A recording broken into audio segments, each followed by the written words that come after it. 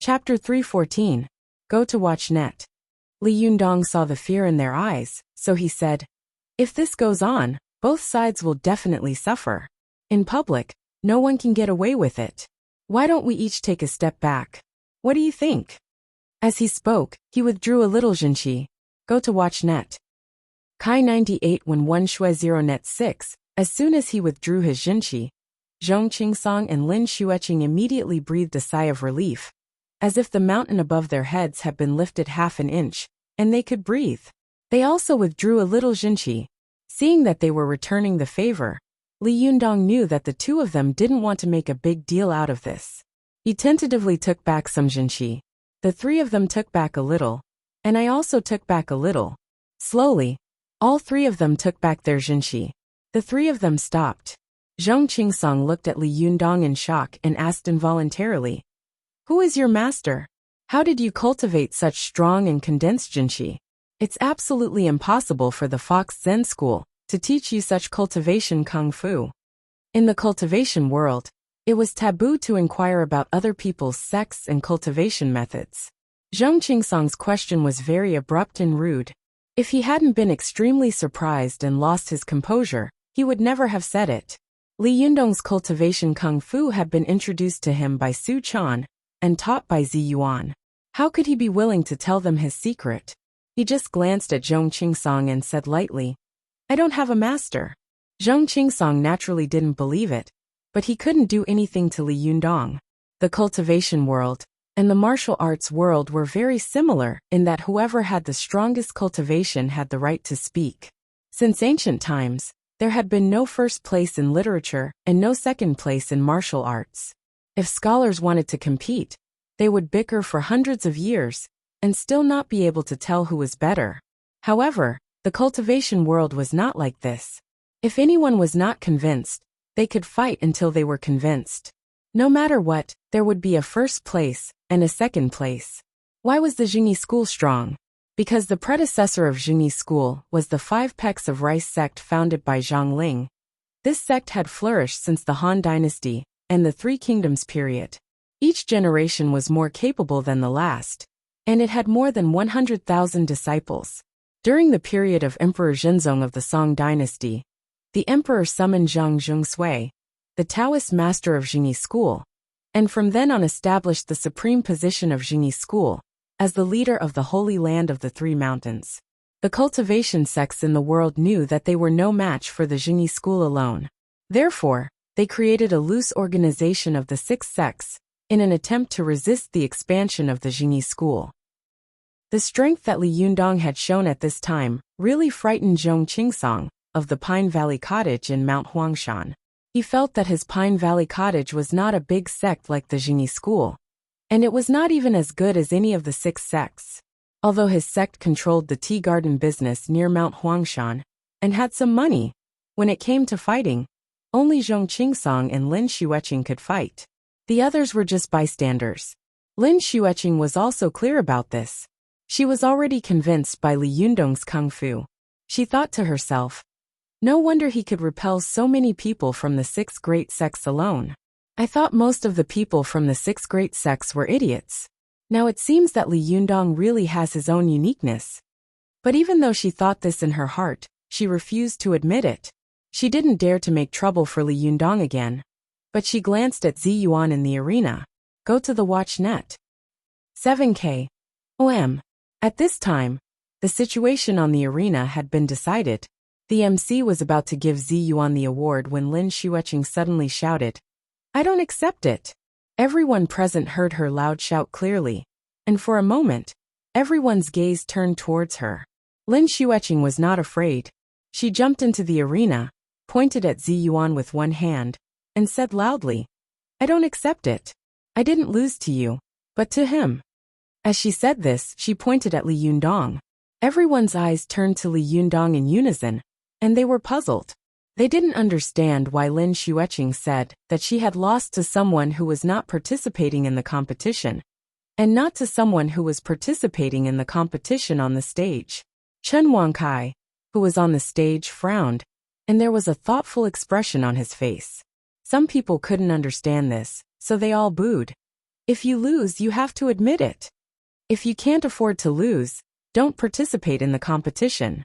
Lin Xueqing had been spoiled by her master for many years, so she had never been humiliated like this. Her face turned red for a moment, and she said loudly, "If it weren't for Li Junren." Before she could say the words Li Junren, Zhong Qingsong suddenly shouted and interrupted her. "Qing'er, shut up." His loud shout made everyone's ears buzz, and they felt a sharp pain. Everyone unconsciously covered their ears and grimaced in pain. Zhong Qingsong jumped onto the stage, glared at her sternly, and said in a low voice, "Don't you think you've caused enough trouble? Come with me." After that, he bowed slightly to Chen Wankai and Zheng Yuming on the stage to express his apology, and then dragged Lin Xueqing off the stage. When everyone saw that Lin Xueqing had been taken away by Zhong Qingsong, they also ridiculed and added insult to injury. Zheng Yuming saw that they didn't have time to collect the prize money and trophy for the second place. He was sad but also a little happy. Now I can save some prize money. At this time, the attention of the audience shifted from Li Yundong back to Zi Yuan on the stage. They didn't know that Li Yundong, Zhong Qingsong, and Lin Xueqing had secretly carried out a thrilling and fierce battle. Some people who were closer to them only saw the three of them shake hands for a while, and then let go of each other. They didn't know that so many things had happened. Not long after, the host and the MC began to award certificates and bonuses to the winners. 2 million was a huge sum of money. Naturally, it could not be in cash, and it was also impossible to write a check on the spot. Therefore, a symbolic giant cardboard was drawn on it, with the number 2 million written on it. When Zi Yuan received the award on the stage, she still looked calm. Especially after she received the award and stepped off the stage, Ruan Hongling and Su Chan saw that they no longer needed to spend Jinqi to support the tea table, so they withdrew their Jinqi at the same time. The tea table collapsed with a loud bang. Watch net. For a moment, there was another uproar under the stage. Some people saw that as soon as Zi Yuan left the stage, the tea table collapsed with a loud bang, and the teapot and teacups were smashed into pieces. It was as if as soon as the tea fairy left, the tea table and teapot no longer needed to stay in the world, lest they dirty themselves. Everyone was so excited that they began to talk about Zi Yuan, and some people even focused on the background of Zi Yuan. Chen Wankai, who was on the stage, stared at Zi Yuan. He saw that when Zi Yuan walked to Li Yundong and the others, she was talking with him very closely, and there was a rare smile on her face. Obviously, she was very close to this man. Chen Wankai was shocked. Is this boy Zi Yuan's boyfriend? Who is he to be worthy of such a fairy-like figure? Chen Wankai cast a meaningful glance at Li Yundong.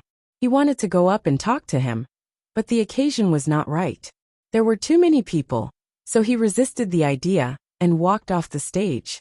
As soon as he reached the backstage, he saw Xin Yu and Xin Hui, who had been waiting impatiently, surrounding him.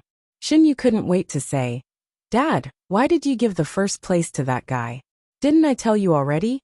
Chen Wankai glanced at his son and asked calmly, "Oh, why can't I give it to that guy?" Xin Yu waved his hands and said loudly, "That woman is in cahoots with that bastard Li Yundong." Chen Wankai was secretly unhappy, but he still didn't show his emotions. He asked, "Who is Li Yundong? How did he offend you?" Xin Hui wanted to add fuel to the fire, but she was keenly aware that her father seemed to be a little unhappy, so she cleverly closed her mouth again. Only Xin Yu didn't notice it at all.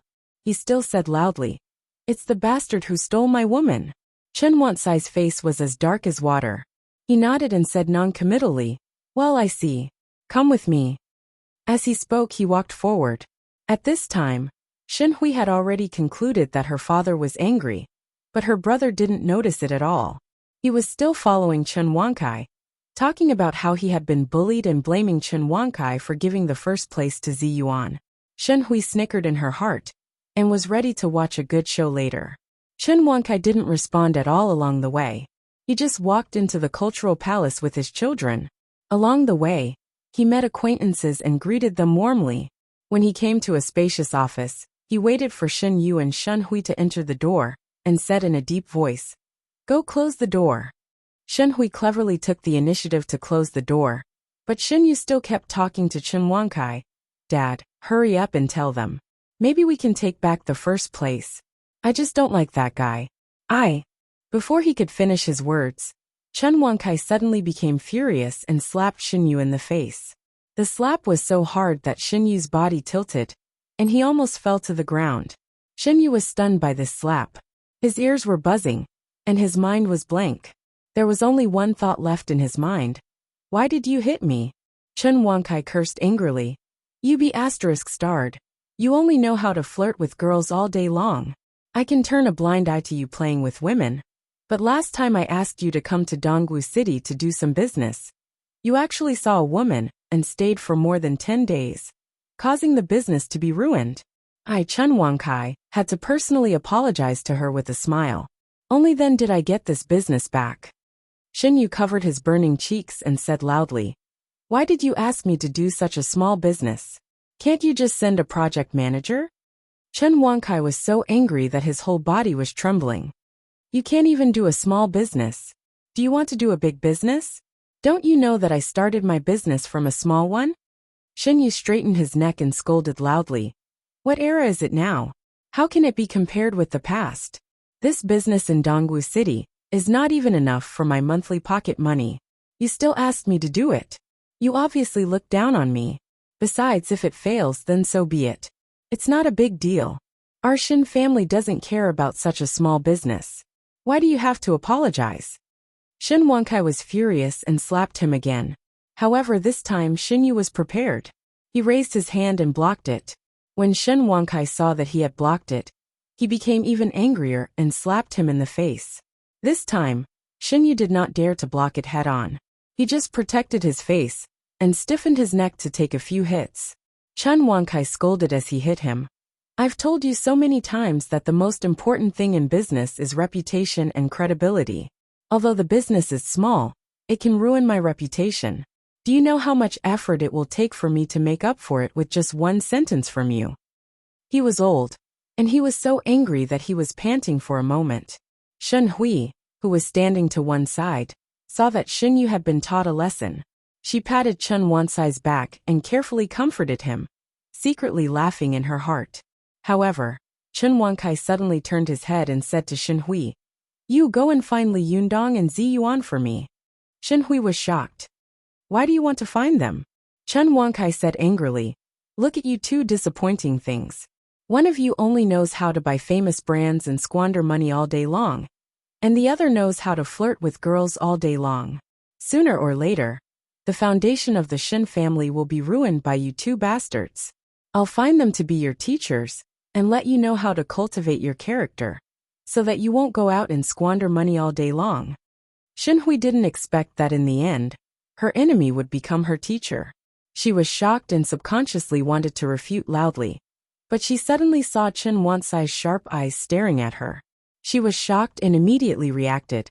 She avoided the truth and said, Dad, even if you want to invite a teacher, can't you invite the beautiful woman who makes tea? Why do you have to hire that Li Yundong? What ability does he have to teach me? Chen Wankai looked like a rotten wood that could not be carved. You really have big breasts and no brains. Has all the fat on your body flowed into your head? What do you mean by a beauty who makes tea? That's called tea art. Do you know tea art? It's something passed down by our ancestors for more than 1,000 years. It's a priceless treasure. Shen Hui, you usually boast that you are smart, but why are you so stupid at such a critical moment? Zi Yuan had a saintly temperament. Obviously, she was not an ordinary person. With her beauty and temperament, she could be friends with Li Yundong. What did this mean? This means that Li Yundong is definitely not an ordinary person. This is called birds of a feather flock together. Do you understand? As he said this, he turned to Xinyu and said with a look of exasperation, Don't think that you can look down on everyone in the world just because you are born into a good family. There are many capable people in the world. If you didn't have me as your father, who the **ck are you? He was talking fiercely, but he saw that Shen Hui was dawdling and unwilling to move, so he said angrily, What's going on? Do you want me to invite you? Shen Hui was furious in her heart, and she vented her anger on Li Yundong. She thought to herself, Every time this bastard meets me, nothing good happens. Damn it, damn it. Just as she was walking to the door, she suddenly saw a person knock on the door twice, then push it open and enter. Chen Wankai saw that the outsider had pushed the door open and come in. He was about to lose his temper. But when he saw that the person was his secretary, his anger immediately subsided. He said in a deep voice, "What's the matter?" The secretary carefully pointed to the phone and said, "Mr. Chen, you're on the phone." Chen Wankai took the phone and said, "It's me, Chen Wankai." After answering the phone, he said to Shin Hui, who had been dawdling at the door, "Forget it, don't go. I'll hire them with a big gift when I have the chance next time. It's not dignified to go now." Shin Hui was overjoyed. She immediately ran to Chen Wankai and massaged his back and shoulders with a smile. "Dad, I told you it's not good." Chen Wankai didn't expose her little daughter's thoughts. He just snorted coldly. He looked at Shin Yu, who was looking at him with resentment in his eyes, and said in a deep voice, "Go home now. You're not allowed to leave the house for a month. All your account numbers will be frozen. I'll let you know how ordinary people live, so that you won't go out and make trouble all day long." After that, he nodded to the respectful secretary next to him, and then walked out the door. Shin Hui turned around and looked at Shin Yu sympathetically, then slipped out. Only Shin Yu was panting heavily in the room, and the anger in his eyes was getting stronger and stronger. After a while he suddenly roared, "I'm not convinced. I'm your son. How can you treat me like this?" Shin Yu paced back and forth in the room like a raging beast, clenching his fists and trembling all over. The more he thought about it, the more he blamed everything on Li Yundong. He roared loudly, "Li Yundong, I won't let you off easily. Group 1 to 7 is full. Please add group 81289854997 / 785462789541. Chapter 315. Go to watch net. Li Yundong naturally didn't know what had happened backstage. When he saw Zi Yuan coming down from the stage, he went up to her with a smile, cupped his hands and said, "Congratulations, Jinren Zi Yuan, for coming back victorious." Su Chan also joined in the fun. She cupped her hands and said, "Congratulations." Her eyes were fixed on the huge check in Zi Yuan's hand. Go to watch net. Seeing her like this, Li Yundong couldn't help laughing and said, "Look at your silly face. This is fake. You can only get the money backstage when it's over." Su Chan didn't care and said to Li Yundong excitedly, "Are we rich now?" Li Yundong smiled and said, "If we have money, we will spend it immediately. We can't keep it in our hands." Su Chan stared at the fake check, as if she was afraid that it would run away in the next second. She said in a daze, "How much is 2 million? How long do I have to count?" Li Yundong laughed and reached out to pinch Su Chan's cheek. "You're a money grubber." Wan Hongling couldn't help saying, "Hey, this seems to be the money my Shiji won. How did it become yours?" Although Su Chan and Wan Hongling had fought together before, she didn't show any weakness at this time. She snorted and said, "If it weren't for my Yundong's spirit reaches to the rainbow, would she have been able to transform into the 8 immortals crossing the sea?" Seeing that the two of them were about to quarrel again, Zi Yuan immediately said, "Don't quarrel. This is a prize that we can only get by working together. We can't get it without any one of us." Wan Hongling and Su Chan looked at each other, snorted, and turned their heads away. Zhou Qin was quick-witted. She found a topic and said to Li Yundong, "By the way, why did Lin Xueqing say that she didn't admit defeat? She said that she didn't lose to Jinren Zi Yuan. But to you?" Wan Hongling opened her mouth and was about to speak angrily. Zi Yuan was afraid that she would say something bad, so she rushed to say, "In fact, the reason is very simple. Previously, she manipulated the woman Jai Fire to boil the water in the teapot, and then used Jinqi to control the white qi to transform it into the shape of a phoenix. Although it was only a rough outline, and not very detailed, in terms of Jinqi control, she has reached the realm of Yang's spirit of Yuanying. She is not inferior to me at all." When I saw Li Yundong fighting with the master of the Pine Valley Cottage and his disciple, white qi was continuously coming out of the top of Li Yundong's head. This white qi was the Jinqi, that only those with extremely vigorous xinqi could produce. Because this xinqi was not as loose and easy to dissipate as ordinary steam, I used this xinqi to make the 8 immortals crossing the sea. Moreover, the 8 immortals could stay on the teacup and not dissipate. They were lifelike. In comparison, I naturally had a great advantage. Watch net. 7K. OM. Cultivators are well aware of this, but the audience and the referee on the stage don't understand it, so it's natural for Lin Xueqing to be unconvinced.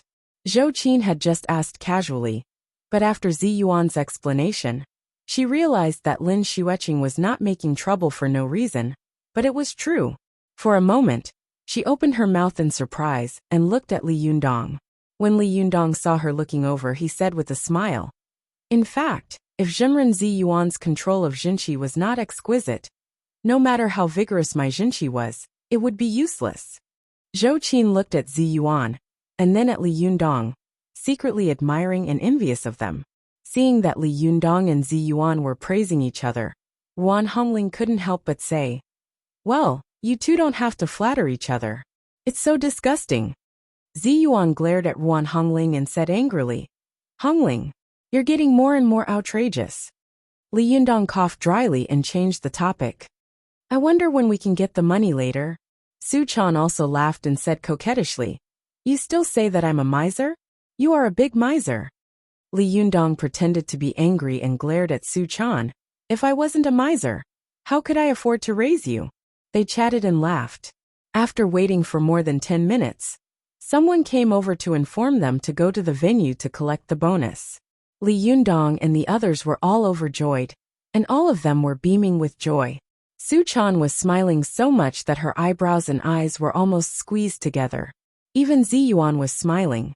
But when Li Yundong and the others arrived at the venue, they didn't see Zheng Yuming and the others. Instead, a hot female secretary appeared and handed them a check with a smile.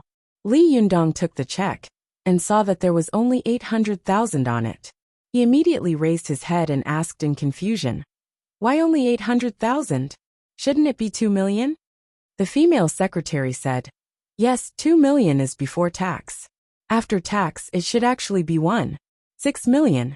At present, Mr. Zheng is a little short on cash, so he only has 800,000 funds. As for the other part of the funds, Mr. Zheng means to use the goods on hand to replace it." "Goods?" Li Yundong was surprised and said with a strange expression, "What goods? Why does it look like a mafia transaction? Can other goods be used to pay off the debt?" The female secretary said, "There's nothing we can do. All the money that Chief Zheng can take out is here. This was the original plan. We didn't expect that an individual representative would win first place. The other large tea companies can also sell our goods quickly and exchange them for cash, so the other companies know about this. It's just that you guys..." Only then did Li Yundong understand. Oh my God, there were unspoken rules before the competition, and after winning first place, there was still unspoken rules. F***ck, this works too? Li Yundong was going crazy. He couldn't help but ask angrily, "Where can we buy so many tea leaves?" The female secretary, "There's no other way. This is the current situation. You can also choose to give up these tea leaves, but we will regard it as you automatically giving up the reward. Watch net." Wan Hongling said angrily, "This is fraud." Li Yundong suppressed his anger and said, "Aren't you afraid that we'll sue you?" The female secretary pretended to be pitiful. "We didn't want this either. The company didn't expect such a situation to happen. However, everyone knows this in their hearts. Who could have predicted that you would win the championship?" Li Yundong said angrily, "So you're blaming us?" Seeing his anger, the secretary took a step back in fright and quickly waved her hand. "I didn't mean that." Zhou Qin, who was standing to one side, suddenly said, "What are you going to replace it with?" Hearing her speak, the secretary felt as if she had been pardoned. She quickly said, "Of course, the best Tiguanyin tea." Zhou Qin thought for a moment and said to Li Yundong in a low voice, "Zheng Yuming was able to get out of Lu Miaomiao's case, so he must have some official background. It's useless for us to sue them. It's better to take these things and think of another way." Li Yundong also asked in a low voice, Do you have any ideas? Zhou Qin said in a low voice. There is a way. Li Yundong nodded and said decisively, well, I believe you. Let's do it this way. He said to the female secretary. Okay, I promise you, but you have to write a contract. Otherwise, what if you deny it when the time comes? The female secretary said, of course. Even if you didn't say it, we would have signed a contract with you. As she said this, she waved to a staff member not far away and handed over 2 contracts. Li Yundong took them and handed them to Zhou Qin without looking at them. Zhou Qin carefully looked through the 2 contracts, then handed them back to Li Yundong and nodded. Li Yundong began to sign his name on the contract, but when he filled in the place of delivery, he was worried again. He couldn't help looking at Zhou Qin and asking, where should I fill in this place? Zhou Qin thought for a moment, then said to the female secretary, can you send goods from another place? The female secretary looked hesitant. Another place? Where? Zhou Qin said, Dongwu City. When the female secretary heard this, she quickly shook her head like a rattle. No, it's too far. Zhou Qin didn't stand on ceremony and said, do you want us to drag so many tea leaves back? We all know how unscrupulous you are in this matter. Since we have chosen to make concessions, shouldn't you also make concessions appropriately? Otherwise, we might as well break up. If we expose this matter, no one will end up well. The female secretary saw that Zhou Qin was like a lady from a noble family, and her words were even sharper. She didn't dare to neglect them and quickly said with a smile, I'll go and ask Mr. Zheng. She walked to the side and made a phone call to ask in a low voice. Then she came over and said with a smile, Mr. Zheng said it's okay. If it's a different place, then it's a different place. The goods will be delivered tomorrow, but we are only responsible for delivering the goods. After arriving at the destination, we are not responsible for moving the goods. Zhou Qin immediately said, okay, that's it. Seeing that the 2 of them had reached an agreement, Li Yundong also readily signed the contract.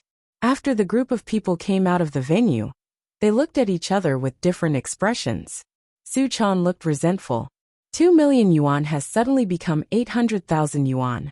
I hate it. Wan Hongling also let out a long sigh. Alas, the assets have shrunk too fast. Even inflation can't be so fast.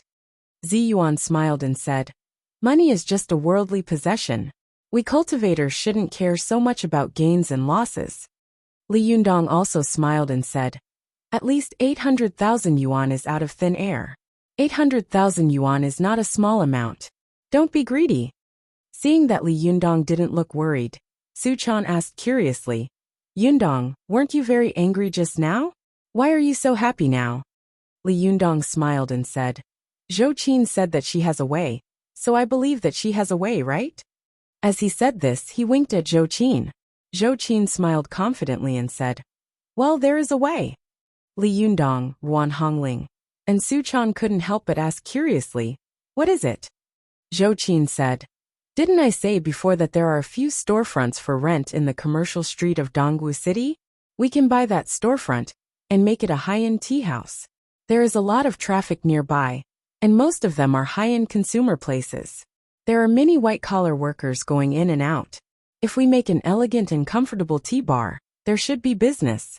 In addition, Zhenren Ziyuan won first place in this year's tea culture competition. There will definitely be no problem promoting this living advertisement.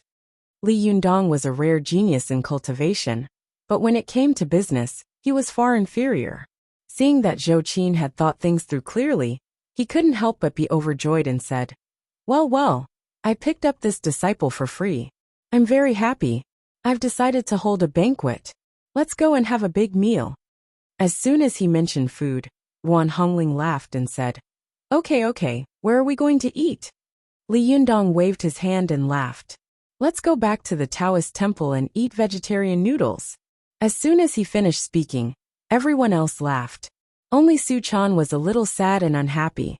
The group of people returned to the Taoist temple of Mount Tianlong. After dinner, everyone went back to their rooms. Li Yundong went to Su Chan's room alone. Before he entered the room, he saw the little girl sitting alone on a stone bench in the courtyard of the courtyard, holding her head with her arms. She was alone. Li Yundong smiled and walked over quietly. Then, he suddenly put his arms around the girl's waist and threatened her with a ha. Girl, I want to rob you. Su Chan was startled, but when she heard Li Yundong's voice she relaxed. She turned around and smiled. Sir, why are you here? Li Yundong pinched the girl's nose with a doting expression. I'm here to see my girl. The girl giggled and said, oh, and then didn't say anything else. Li Yundong saw that there was a hint of worry between her brows, and she was not as carefree as usual. His heart skipped a beat and he asked, Girl, what's wrong with you? Li Yundong's soft question aroused Su Chan's worries. She raised her head, and her charming face was full of worry. Sir, do you not like me anymore? Li Yundong was shocked by the little girl's words. He held her in his arms lovingly and asked softly, You fool, why did you say that? Chapter 316. Go to watch net. Su Chan's eyes flashed as she looked up at him. Her red lips opened slightly, as if she had a lot of things on her mind to say, but she swallowed them back down. Watch net. 7K. OM. Li Yundong gently pinched the tip of the little girl's round nose and said with a smile, What's wrong? If you have something to say, just say it. We've been together for a long time. What can't we say? Su Chan was moved by his gentleness. She summoned up her courage and said, Yundong, do you think I'm useless? Li Yundong asked curiously, Why do you say that? Su Chan said in a daze, Sister Zi Yuan is very powerful. Not only does she know how to do all kinds of housework, but she is also proficient in the art of tea. Without her this time, we couldn't think of a way to get money. Zhou Qin can also help you manage your business and give you advice, but I don't know anything. As the little girl spoke, her eyes were filled with tears of grievance and sadness. Li Yundong felt pity for her. He held the little girl in his arms and said softly, You are really a silly girl. Of course, you can do something. The little girl asked with tears in her eyes, What can I do? Li Yundong smiled and said, You will only cause me trouble. Su Chan burst into laughter, but soon she pursed her lips and more tears welled up in her eyes. She choked and said, Since you've said that, I'm really useless. Li Yundong chuckled and hugged her like he was coaxing a child. I'm just kidding. You know a lot of things. Su Chan wiped away her tears. Tell me about it. Li Yundong grabbed the little girl's snow-white hand and pinched it one finger at a time. Look, first of all, you know how to cultivate. Didn't you teach me how to cultivate? You're the one who introduced me to the school. You're my teacher. Just this alone is already very impressive. The little girl looked at him without blinking. When she heard him talking about the past, she felt warm in her heart and was slightly happy. You were so stupid back then, even more stupid than me. You didn't know anything, and I was exhausted from teaching you. Watch net. Li Yundong nodded hurriedly. Yes, I'm the stupidest. If it weren't for you, I might have died of stupidity. Li Yundong suddenly laughed. Do you know how pigs die? Su Chan recalled the joke she had told Li Yundong the first time they had eaten at McDonald's. She immediately giggled and said, I died of stupidity. Li Yundong chuckled and said, Yes, you finally know? You see, I'm so stupid, but you still managed to teach me. Don't you feel a sense of accomplishment? Su Chan was delighted at first, but then she pouted and said unhappily, You're so stupid, but you're already so powerful. I'm still at the same place. Isn't that even stupider than you? You lied to me just now. Li Yundong hurriedly coaxed. That's not right. It's precisely because I'm stupid that the clumsy bird has to fly first. You're a dignified fox immortal.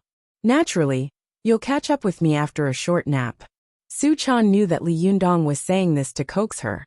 She also knew that with Li Yundong's aptitude, as long as he continued to cultivate, she would never be able to catch up with him in this life. Fortunately, Su Chan felt that her becoming stronger was far less than Li Yundong's, which made her even happier. However, Li Yundong's cultivation had suddenly surpassed her, and she couldn't help him in the past. It was as if she had become a dispensable person. Su Chan felt lost and sad. Su Chan looked at Li Yundong eagerly and said, Well, you don't have to coax me. I know all about it. I can't do housework, I can't cook, I can't do anything. The only thing I can do is cultivate. Now that you've surpassed me, I'm useless to you. Li Yundong pretended to be angry and glared at Su Chan, shouting in a low voice, "Nonsense. Why are you useless to me?" Su Chan pouted and tugged at the corner of her clothes with her fingers. "What can I do? When other cultivators see you with me, they all say that you've abandoned yourself.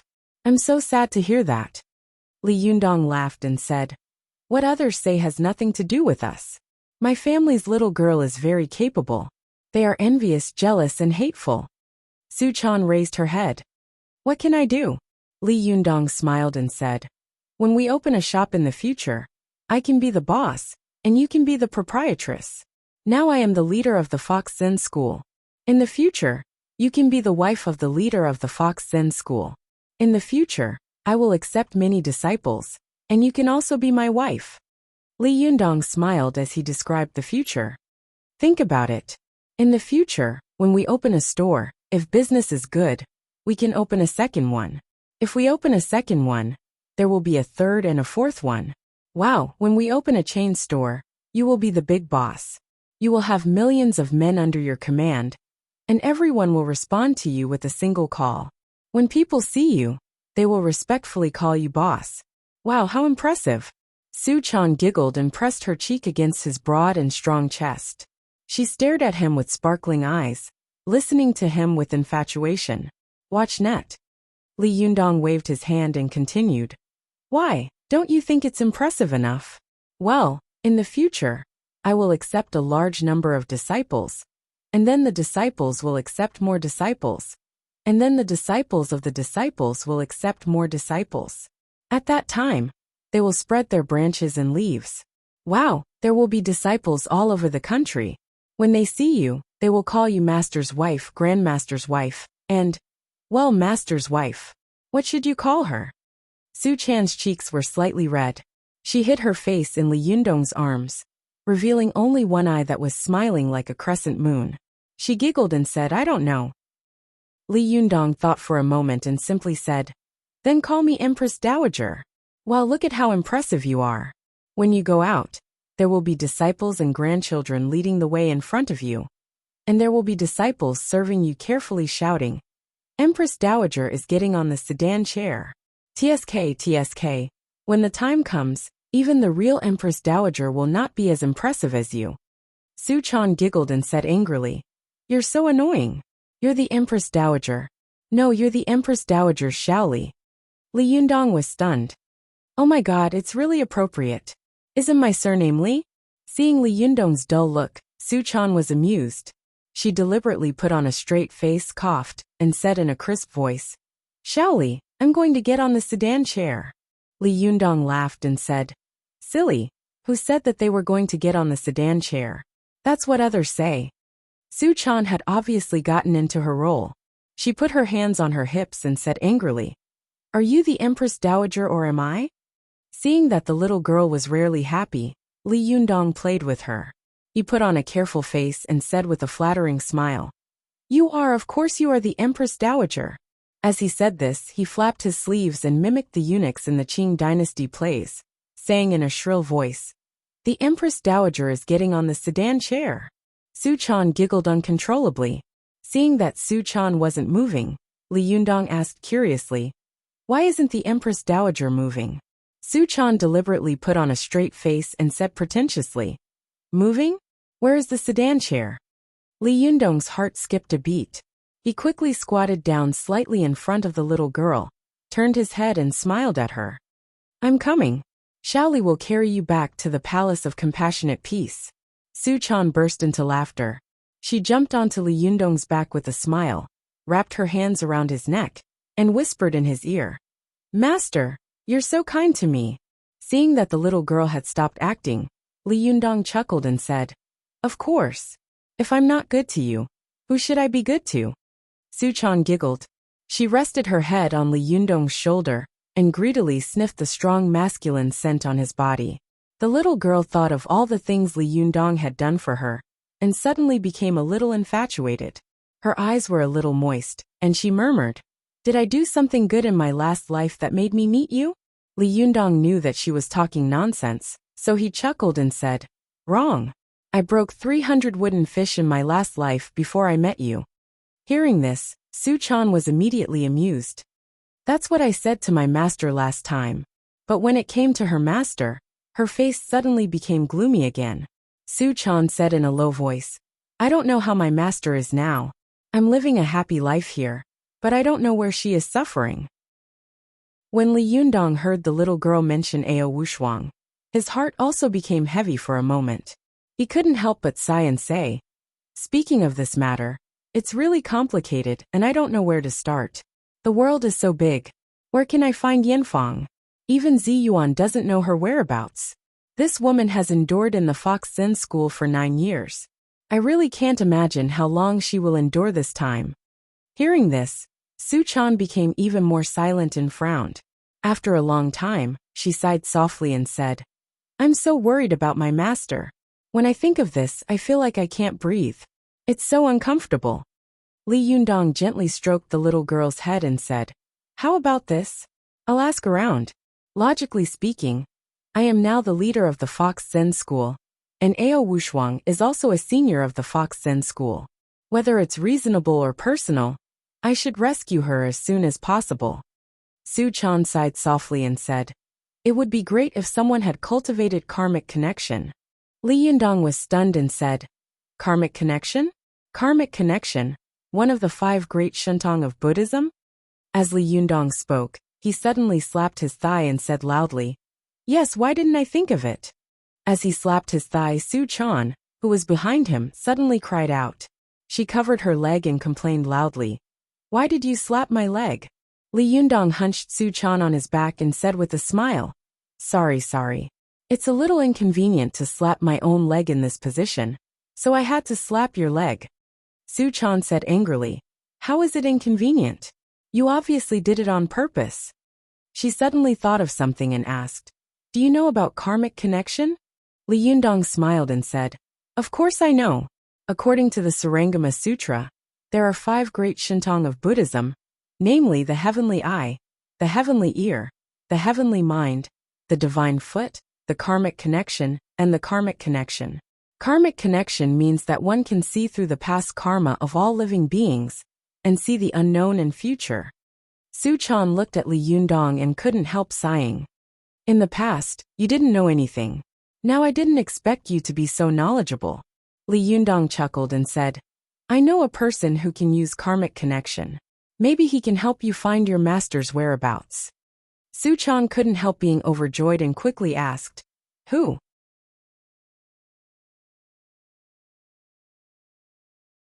Chapter 317. Go to watch net. Su-chan asked ecstatically, but Li Yundong was not in a hurry to answer. Instead he said, "I thought you had been taken away by the monks of Shiyuan Temple, so I rushed to save you, but I didn't expect to let 2 golden snakes go. Do you still remember this? Go to watch net. 7K. OM." Su-chan blinked her eyes and didn't understand why Li Yundong would say that. She said, "I remember, but does this have anything to do with destiny?" Li Yundong smiled and said, "Of course it has something to do with it. I remember that the abbot of Shiyuan Temple once said that he had a disciple who could predict the future. I didn't pay attention at that time, but now that you mentioned it I remember. Isn't the disciple of the abbot of Shiyuan Temple practicing karmic connection?" Su-chan was overjoyed. "Then let's go find him now, shall we?"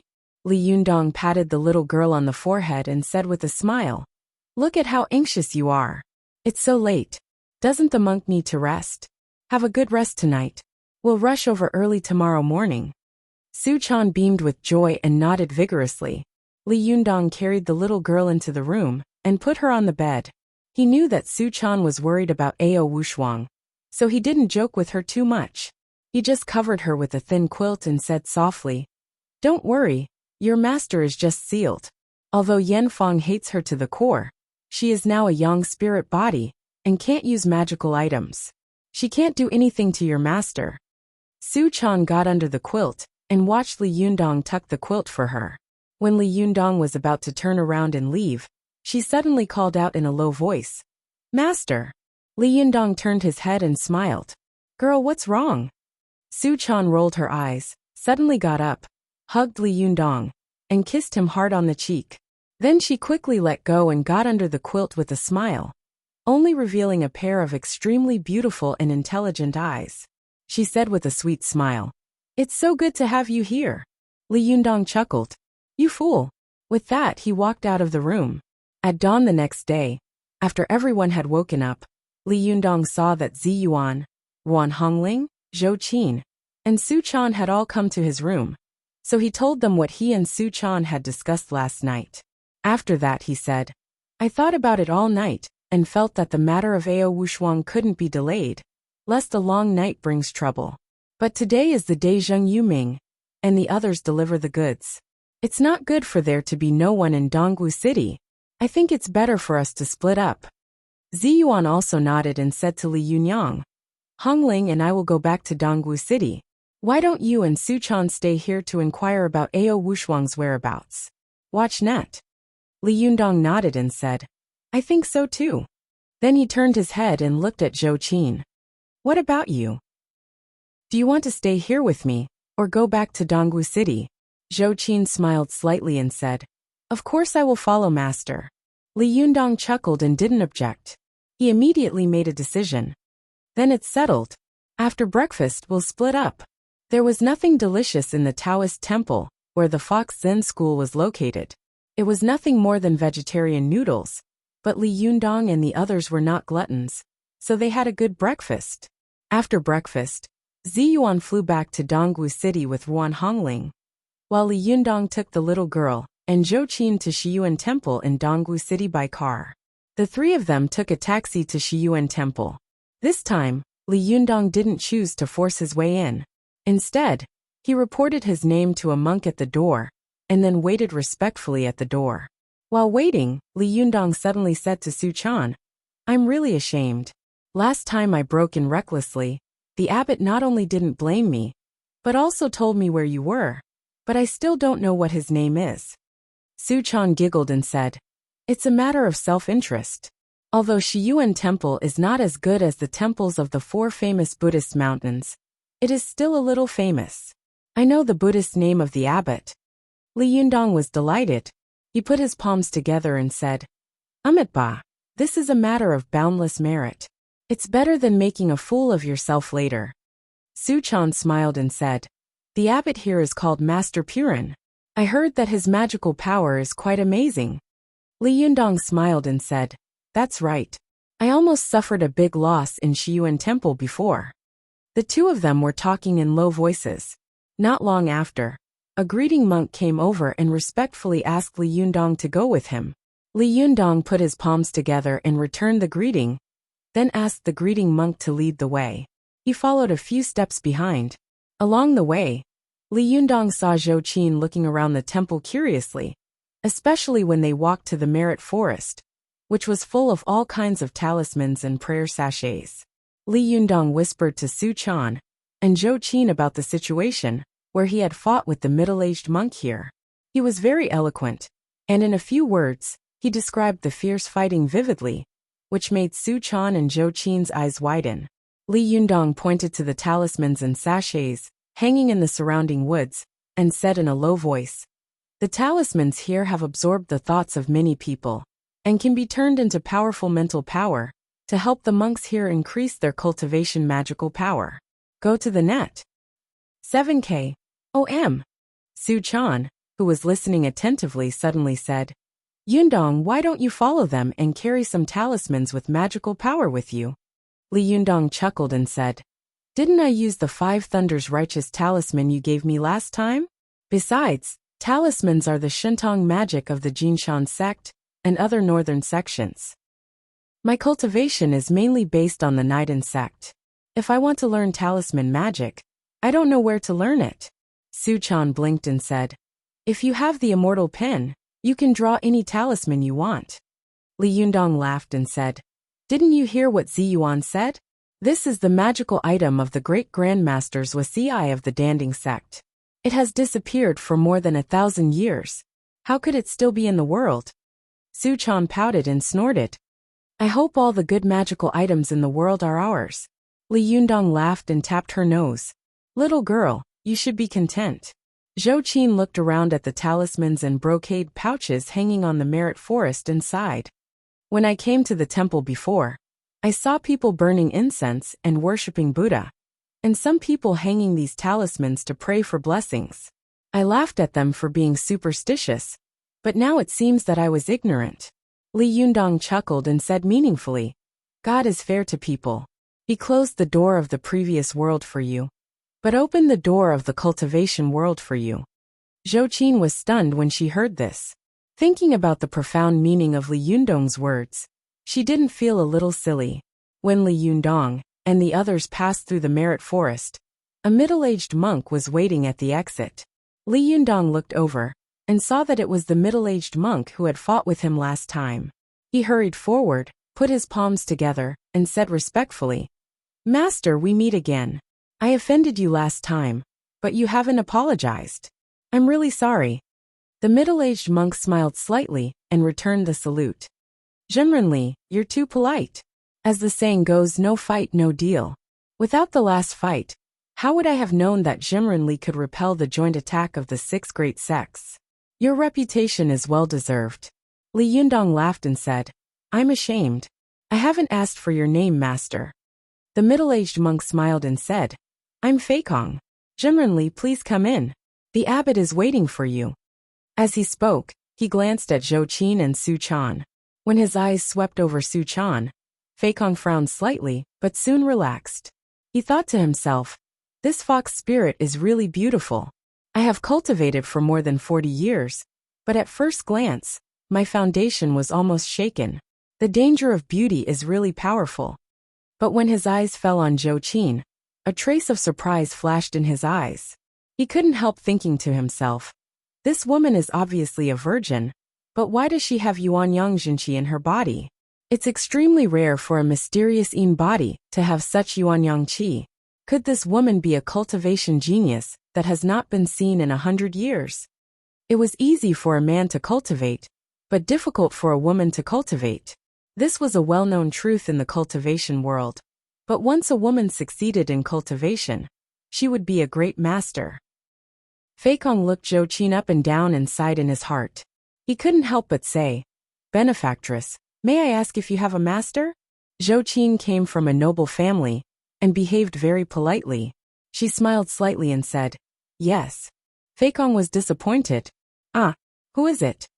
Zhou Qin smiled and said, he's far away, but close at hand. Only then did Feikong understand. He put his palms together and said enviously, Zhenrenli, you are so lucky to have such a good disciple. I'm very envious. Li Yundong laughed and said, monks pay attention to the emptiness of worldly desires. Aren't you tempted by the mundane? Feikong retorted, otherwise the way of cultivation focuses on one's own cultivation, and secondly on the teaching of disciples. If Hongren, the 5th patriarch of Buddhism, hadn't found a good disciple like Huaining, how could we have the glory of the 6th patriarch's Huaining Zen sect unifying the world in the future? Li Yundong's heart skipped a beat when he heard this. Yes, this monk is right. I can't do everything myself in the future, can I? It's okay now. If I become famous in the future, people will come to challenge me all day long. Won't I die of exhaustion? Li Yundong understood and decided to teach Zhou Qin cultivation when he went back. He put his palms together and said gratefully, Master, you're right. I've learned a lot. Feikong smiled and returned the salute. You're welcome, Zhenrenli. The two of them talked along the way, and it didn't take long for them to arrive at the Zen room of the abbot. Feikong glanced at Su Chan and Zhou Qin and said, Benefactors, would you like to follow me to the room next door to have a rest for a while? As a demon, Su Chan was naturally afraid of such an important place of Buddhism. How could she be willing to leave Li Yundong's side? She grabbed the corner of Li Yundong's clothes tightly with both hands and refused to let go. She looked at him eagerly, for fear that he would nod and agree. Zhou Qin was good at observing people's expressions, so she said, Does this Buddhist land also value men more than women? Hearing this, Feikong was stunned and didn't know how to answer for a moment. Just as he was feeling embarrassed, he heard the voice of an old man in the Zen room laughing and saying, Amitba, Buddha once said that all living beings in the world are equal. How can there be such a thing as valuing men over women? Feikong, go ahead and let them in. Only then did Feikong put his palms together and turn to leave. After Li Yundong watched Feikong leave, he took Su Chan and Zhou Qin into the Zen room. As soon as he entered the room, he saw Purin sitting on the bed, holding a string of Buddha beads in one hand and smiling at him. We meet again, Jinren Li, Purin said with a smile.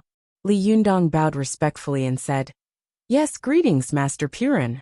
Purin glanced at Su Chan and Zhou Qin faintly, his expression unchanged. He looked at Li Yundong and said, Jinren Li, you must have come here for something. If you have something to say, you might as well say it.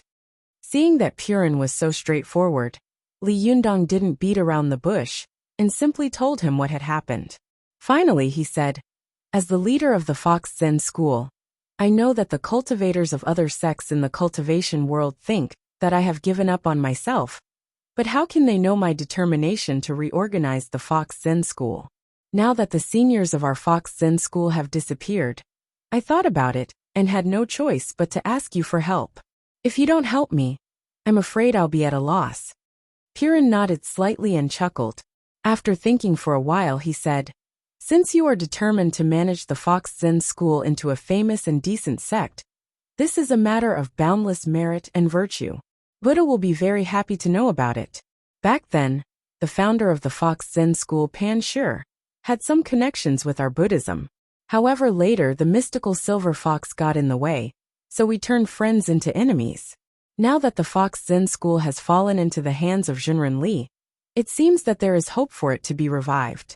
Naturally, I should help Jinren Li with such a good thing. As he said this, he picked up a copper bell beside him and shook it gently. After a while, a young monk came in from the door and saluted respectfully. Master, what can I do for you? Purin smiled and said, Fanning, take them to my disappointing disciple. Fanning was shocked and looked embarrassed. Master, you want me to go? This is not good, is it? Purin said in a deep voice. Buddha said, If I don't go to hell, who will? How can I be picky about this kind of thing? Fanning's face suddenly became bitter, and he thought to himself, Yes, you said yourself that you won't go to hell. Who will go to hell? Why don't you go to hell yourself? Why me? But he didn't dare to say such words, nor did he dare to go against Purin's will. He bowed and said to Li Yundong reluctantly, Please come with me. Li Yundong followed him curiously and thought to himself, Where is Purin's disciple who can use the karmic connection? Why does he say that if I don't go to hell, who will? Why is it so scary? Chapter 318. Go to watch net. Purin, the abbot of Shiyuan Temple, watched Li Yunyang and the others leave. After a while, Feikong came in, put his palms together and asked, Master, why are you helping him? This person has had a conflict with our Shiyuan Temple before, and the disciples have a lot of criticism in private. Moreover, his reputation in the cultivation world is extremely bad. If we deal with him, will it? Purin didn't wait for him to finish speaking. He looked up at the middle-aged monk and said leisurely, Feikong, when you became my disciple, I named you Feikong. The original intention was to let you understand the meaning of the four elements being empty. Go to watch net. 7K. OM. The cultivation of the young disciples is still shallow, and the world is so complicated and tempting. I can understand that they can't understand, but you've been with me for dozens of years, and you still haven't understood this point. You shouldn't. Feikong looked ashamed and bowed. Master, please teach me. Purin stood up and said, The four elements of Buddha are empty. The sky is empty. The earth is empty. The mountains and the oceans are empty. And even your physical body and divine sense are empty. But only the great way of Buddha is real.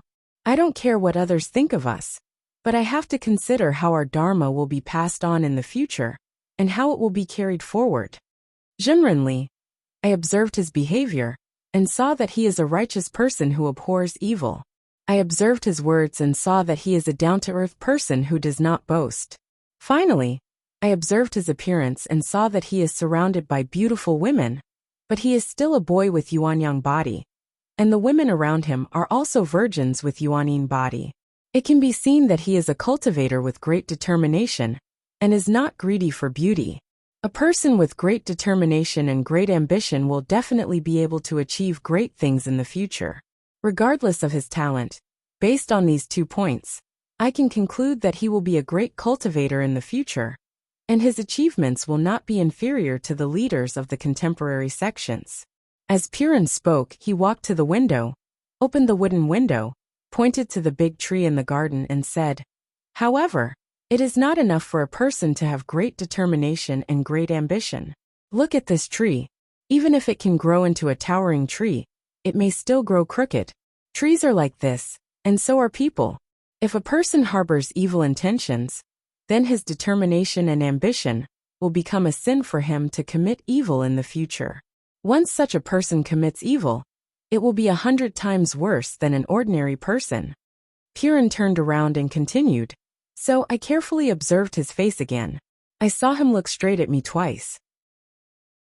His eyes were clear and bright, without the slightest evil thoughts or crooked thoughts, and his eyebrows were even more awe-inspiring. Therefore, I believe that this person will definitely be a great cultivator in our righteous way in the future." Piran glanced at Feikong and sighed. "Feikong, you're not the head abbot, so you don't understand my difficulties. Although our Shiyuan temple is quite famous in Dongwu City, it is far inferior to the 4 famous temples. Moreover, the Taoists in Dongwu City are very powerful, and the forces of Jingyi School and the 6 great sects are spreading here. In the near future, they will hold the Taoist assembly here, which is held every 4 years in the cultivation world. If our Shiyuan temple does not make some strong external help, not only will we not be able to cope with the erosion of these sects, but I'm afraid that we will also be unable to support the great calamity of the cultivation world in the future." Feikong looked puzzled and asked, "Master, why don't we ask for help from other Buddhist sects?" Piran shook his head. "Since ancient times, there has been no first place in literature and no second place in martial arts. The same is true of our Buddhist sections. Go to the net. 7K. OM. Today, Shiyuan Temple has asked for help from other Buddhist sections. In the future, even if you win against them, they will gossip. Let me tell you something. There was a woman who needed help from Guanyin, so she devoutly recited the name of Guanyin Bodhisattva in front of the statue of Guanyin every day. Every day, she recited it thousands or even tens of thousands of times. But one day, her son suddenly asked her, 'You pray to Guanyin Bodhisattva every day, but if something happens to Guanyin Bodhisattva, who will she turn to?' As he spoke, Piran looked at Feikong with a smile. 'Feikong, if you were Guanyin Bodhisattva, who would you turn to?' Feikong suddenly understood. He put his palms together and said, 'It's better to ask for help than to ask for help from others.' Piran put his palms together and said with a smile, 'That's right. Instead of humbly begging other Buddhist peers, it's better for us to find some strong help ourselves. Zhenren Li is now in the stage where he has just emerged. I dare say that he will definitely be a hero in the future, and will be an earth-shattering figure. If we don't make friends with him now, when will we?' Feikong showed a look of admiration. 'Master, you are far-sighted. I am far inferior to you.' But after he finished speaking, he thought of something and couldn't help but show a strange expression. He said, 'But master, aren't you afraid that your disciple will cause you trouble again?' When Piran heard this, he couldn't help but look a little embarrassed. He was stunned for a while and suddenly smiled bitterly. Ba, then I can only let Zhenren Li pray for himself." At this time, Li Yundong was walking out of the temple with a young disciple of Piran. He talked to the monk named Fanning and said, "Master, where are we going?" Zhou Qin and Su Chan could be said to be a stunning beauty in the world, while Su Chan was a beautiful fox spirit. No matter which one of them, they would give a great impact to men, especially young monks who did not have enough cultivation. Fanning didn't look sideways along the way and didn't dare to look at Su Chan and Zhou Qin at all. He looked down, as if he wanted to seal all his 7 apertures divine senses. At this time, when he saw Li Yundong talking to him, he had no choice but to quickly return the salute and say, "I don't deserve to be called a master. You can just call me Fanning. I don't know where he's going, But this senior martial brother of mine is very unruly, and his whereabouts are always uncertain. I think it will take a lot of effort to find him." Li Yundong asked in confusion. "I see that your abbot is using his cell phone. Doesn't he have a cell phone to contact him?" Fanning smiled bitterly and said, "Whatever valuable things my senior brother has on him, he will pawn them as soon as possible." Li Yundong was taken aback. "Could it be that your Xixiang is a gambling addict?" Fanning shook his head and said, No, my senior brother doesn't like to gamble." Li Yundong's face was filled with confusion. "What's the reason?" Fanning said with a strange expression. "You'll know when you get there. Watch net."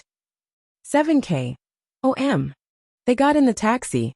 Fanning sat in front of the car and said to the driver, "Master, go to Muda Hong Kong Street." When Li Yundong heard the name of the place, he was shocked. He thought he had heard wrong, so he quickly asked, "Where are we going?" Fanning coughed dryly. "Muda Hong Kong Street." Li Yundong stammered, Isn't this the red light district?" Fanning's expression became more and more strange. "Yes." Li Yundong was so shocked that he couldn't close his mouth. Your senior martial brother is in such a place?" Fanning looked ashamed. "Yes." Li Yundong's eyes widened, and he suddenly had a bad feeling. Zhou Qin, who was beside him, also had a strange look on her face, and was also speechless. Su Chan comforted him and said, "Yundong, not all the people there are debauchery. It's possible that this master is there there." Towards the end she couldn't go on. What was a monk doing in the red light district? Su Chan said with a dry smile. Maybe he is cultivating in the secular world. Hearing this, Li Yundong quickly nodded as if to comfort himself. Well, it's possible. A master is naturally a bit maverick. It was in the morning, and there was no traffic on the road. After about 20 minutes, they arrived at Muda Hong Kong Street. At this time in the morning, most of the entertainment places here were closed. The streets were very deserted, in sharp contrast to the bright lights of the last time Li Yundong had been here. Fanning took Li Yundong around for a while, then said with a wry smile, "It's not time yet. I can't find him yet." Li Yundong asked in confusion, "When can we find him?" Fanning said with a strange expression, "Probably after 4 or 5 in the afternoon." Li Yundong asked curiously, "Why at this time?" Zhou Qin couldn't bear to listen anymore. She pulled Li Yundong aside and said with a slightly red face, 4 or 5 in the afternoon is the time when the entertainment city opens. Li Yundong asked, "Why? Why does it open at this time?" As a girl, Zhou Qin had to explain this kind of thing to a boy, which was really a little embarrassing. She coughed dryly and said very unnaturally, "Because this is the time when most men get off work. Even if they are asked by their wives at home, they can say that they are working overtime. At this time, their families will not be suspicious, so many men choose this time to come." Ahem, you know. Li Yundong suddenly understood. He said in a strange tone, "I don't know, but you know very well." Zhou Qin blushed and said angrily, "I'm explaining it to you, aren't I? You're so annoying. I won't tell you next time." Li Yundong quickly smiled apologetically and said, "Don't mind me. I just said it casually. Don't think too much." As he said this, he suddenly thought of something, and turned to look at Fanning with a strange expression. "Master Fanning, you also know very well." Fanning's face was full of embarrassment and shame. He was originally from the south of the Yangtze River, and he was fair and clean. This time, his face was as red as a cooked prawn. He stammered, "I also heard it from my senior brother." Li Yundong took a deep breath and couldn't help sighing. "Your senior brother is really a weirdo in the monk world. I just don't know his name." Fanning put his palms together and said, "My senior brother's original name is Ding Zonglei, and his Buddhist name is Wu Hua." Li Yundong asked curiously, "Since your senior brother is a disciple of Master Purin, shouldn't he also be in the Dharma generation?" Fanning smiled bitterly and said, "In theory that's the case, but my senior brother disliked the name given by Master Purin, so he changed it to Wu Hua himself. He took it from the meaning of Tang Boha's poem, 'No flowers, no wine, no hoes, no fields.'" Li Yundong also smiled bitterly and said, "This is the first time I've heard of such a maverick monk in this world." Zhou Qin, who was standing to one side, saw that there was a hint of worry between Li Yundong's brows. It was obvious that he was worried that this monk was just a nominal monk. She comforted him and said, "You don't have to worry. Maybe this master is a first-class figure in Jidian." Hearing this, Li Yundong was relieved. He nodded and said with a smile, "Yes, what you said makes sense. I was overthinking it." Fanning said, "It's too early to come now. Why don't we come again in the evening? My senior brother has always been elusive. We can only find him here in the evening." Li Yundong said helplessly, "Well, that's the only way." They waited until 4 or 5 o'clock in the afternoon, when Li Yundong and the others came to the streets of Hong Kong again. At this time, they saw that all the entertainment venues had opened their doors and were decorated with lanterns and streamers. Most of the sexy and beautiful women were standing at the door, greeting the guests respectfully. At this time, the traffic flow on the street had obviously increased, and well-dressed men were constantly coming and going. Li Yundong looked at the many entertainment venues on the street and said with a wry smile, "There are so many shops here. How can we find him?" Fanning also said with a wry smile, "There's no way. Let's go door to door." Li Yundong was depressed. He had never dreamed that he would return to this red light street and have to go door to door to look for someone. Zhou Qin and Su Chan looked at each other with strange expressions on their faces. The two girls followed behind Li Yundong with a straight face, pretending to look straight ahead. Li Yundong and the others went door to door. After searching about 10 shops, Li Yundong felt a headache coming on because of the strong smell of cosmetics on the girls here. He couldn't help asking, "There are at least dozens of shops here. How long will it take to find him?" Fanning said helplessly, "There's no way. So when my master asked me to come, I didn't want to." Li Yundong opened his mouth and was about to speak, but suddenly there was a noise coming from a shop not far away. He turned his head and saw that the shop was extraordinary. It was built like a hotel, and there were a few golden words on it. "Crystal Love International Entertainment City." Wow, this shop is very familiar. Li Yundong took a closer look and saw a few security guards coming out. The security guards were holding a man, and behind them was a coquettish woman. Li Yundong looked again and thought, "Wow, this is also an acquaintance. Isn't this Mei Nyang?" He was about to speak when he saw Fanning staring at the man who had been carried out. Li Yundong's heart skipped a beat. This guy can't be Wu Hua, can he? Li Yundong looked over and saw that the man had been carried out by several big men and thrown to the ground with a thud. He was wearing a gray monk's robe, and there were a few scars on his bald head. Mei Nyang stood at the door of the shop with her hands on her hips and scolded, "You bald donkey!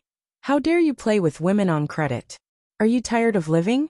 If it weren't for the fact that you often hang around here, I would have broken your middle leg today." Mei Nyang's voice was sharp and crisp, and the monk's appearance and clothes were also extremely eye-catching. For a moment he attracted countless gazes. Li Yundong, Su Chan, and Zhou Qin were all stunned. They saw that the monk had been beaten black and blue, and he was lying on the ground with a dirty face. He didn't look like a master at all. Li Yundong couldn't help shouting in his heart, "Damn it, this guy is not Wu Hua, this guy is not Wu Hua." But at this time, Fanning suddenly shouted in surprise, "Shi Xiang." This sentence sent Li Yundong to hell. He immediately burst into tears and said, "Damn it, this guy really doesn't have any flowers. The master is really a master. Wu Hua, I think he's a greedy man. Merry Christmas, everyone. Tang tang. I had a stiff neck yesterday and the pain in my neck was unbearable. Today, I went out for a massage." Chapter 319. Go to watch net. When Wu Hua heard Fanning's voice, he immediately raised his head. There were still 2 blood-red nostrils hanging under his nose. He looked surprised. "Shirdi, you came at the right time. Lend me 600 yuan. When he said this, Fa Neng almost wanted to find a hole to crawl into. His face was purplish red, and he hummed and hawed for a long time. He dilly-dallied and refused to approach. Go to watch net. 7K. OM. Mei Nyang saw Li Yundong and the others and Fanning at a glance. She first said with a happy face, "Oh, isn't this Boss Li? How come you have time to come here today? Hey, it's really embarrassing for you to see this. Wait a minute, I'll deal with things here. With that, she turned around and glared at Fanning saying, Hey, is he your Xixiang? Is it great to be a monk? Don't you want to pay? Hurry up and pay the 600 yuan for him. Look at so many people here. Even if you're not ashamed, I'm ashamed for you. While she was talking, there were already many people gathered on the side of the road. Many people pointed at the scene and snickered. Fanning's face was as red as cinnabar. He searched all over his body and finally found 500 yuan. He said in a low voice, That's all I have. Meng Yang's eyes swept over them, and she snatched them away. After a rough count, a smile suddenly appeared on her cold face. Since you're paying, it's easy. Although the amount isn't right, seeing that you're monks, I'll give you a discount. After that, she turned around and giggled at Li Yundong. Bossly, I've missed you for a long time. How come you have time to play today? Meng Yang glanced at Su Chan and Zhou Qin beside him and said in a sweet voice, If you want to play, just come and play. Why did you bring your friends here? We don't have a place to entertain female guests. Zhou Qin's face changed when she heard this, and she glared at Meng Yang. Su Chan made a face at her and said, How shameless. We're here to look for someone. Meng Yang asked curiously, Looking for someone? Who are you looking for in this place? Those who come here are either guests or prostitutes. As she spoke, she glanced at Wu Hua and rolled her eyes. Could it be that you're looking for him? At this time, Wu Hua had already gotten up. His kasaya was wrinkled and covered in dirt. He looked as miserable as one could imagine. For a moment, Li Yunyang and the others were all embarrassed. They looked away one after another, not daring to admit that they had come to find Wu Hua. Meng Yang's heart was as clear as a mirror. She sneered and rolled her eyes at Zhou Qin and Su Chan. You came to find a customer who doesn't pay, yet you're still so arrogant. Really? What kind of world is this? As she spoke, she turned around and walked back into the shop. Li Yundong felt like he was going crazy. What kind of world is this? Was this country really flourishing with prostitutes? Fanning waited for the people around him to disperse a little before he suppressed his shame and asked Wu Hua, Xixiang, what's wrong with you? Wu Hua patted the dust off his body and let out a long sigh. His originally embarrassed and dirty face actually showed a dignified look. Alas, I saw a female benefactor with a lot of wisdom here in the past few days. Originally, I wanted to enlighten her, so I went up to talk to her. I didn't expect that after chatting with her for 2 hours, she actually asked me to give her money for 2 hours when I came out. I went to the internet. 7K. I'm just a monk. Where did I get the money? So I had to ask them for alms first, and then give it to them. Who would have thought that I would be treated like this? Alas, the moral degeneration of the world is getting worse and worse. At this time, Li Yundong and the others suddenly understood. Su Chan's mind was simple. She looked at Wu Hua with admiration and said, Master, you are so amazing. You can actually lie in the mud to enlighten all living beings. Zhou Qin said doubtfully, Do you have to choose such a place to enlighten all living beings? Do you want to be a whore master? Wu Hua's face was solemn. Buddha was also a beggar. Why can't I be a whore master? At this time, Li Yundong was also a little confused. He thought to himself, Is this guy a perverted monk or an eminent monk? He looked like a perverted monk just now, but now listening to his words, there was actually a hidden meaning in his words, vaguely like an eminent monk. Li Yundong thought for a moment, coughed dryly and said, Master Wu Hua, I have something to ask of you. I wonder if you have time. Only then did Wu Hua turn his face and look at Li Yundong. He smiled slightly and said, Jinren, right? Li Yundong asked curiously, How do you know my surname? Oh, by the way, Meng Yang mentioned it before. Wu Hua shook his head and said, No, I took a lesson a few days ago. I had expected that you would come to me, so I have been going in and out of this place recently. Li Yundong was surprised. You guessed that I would come here? Then why didn't I see you last time? Wu Hua smiled slightly. The time is not right.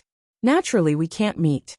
Seeing that Wu Hua's words were full of deep meaning, Li Yundong's suspicion of him was reduced a little, but he still had some doubts in his heart. He said, Since you expected to see me here, How could you not expect to be thrown out in such a mess? Li Yundong's words were very rude, but Wu Hua's face was calm and unfathomable. He put his palms together and said, Ba, how can a doctor cure himself? My fatality skill can help you, Zhenrenli, but it can't help me. Seeing that Wu Hua even knew the purpose of his trip, Li Yundong no longer had any doubts. He said respectfully, It turns out that you are indeed a master like Ji Dian. I was too naive. Wu Hua smiled and said, It doesn't matter. Zhenrenli, wait a moment. I'll talk to that female benefactor and come back.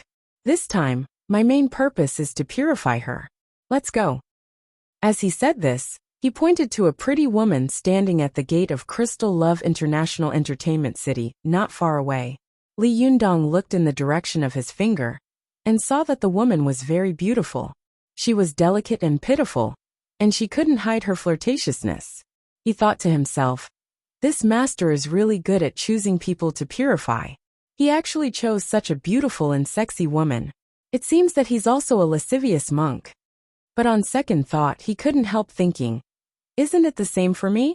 Su Chan is beautiful, and Zhou Qin is even more beautiful. Not to mention Zi Yuan, she can be said to be a national beauty. What do they think of me? What right do I have to criticize Wu Hua? Thinking of this, Li Yundong suddenly felt relieved. He saw Wu Hua walk up to the woman and whisper something, but the woman kept wiping her tears and looking at Wu Hua with tears in her eyes. The two of them said goodbye reluctantly, as if they were reluctant to part with each other. Li Yundong watched from the side and felt strange. He thought to himself, Is this master going to purify people or pick up girls? Beside him, Su Chan sighed with emotion in her heart. This master is not afraid of people's words to purify such a woman. He really has the demeanor of an eminent monk. However, Zhou Qin couldn't help looking at Wu Hua and the woman up and down, thinking to herself, This monk is not pure. He speaks in a dignified manner. He can hide it from Li Yundong, but he can't hide it from me.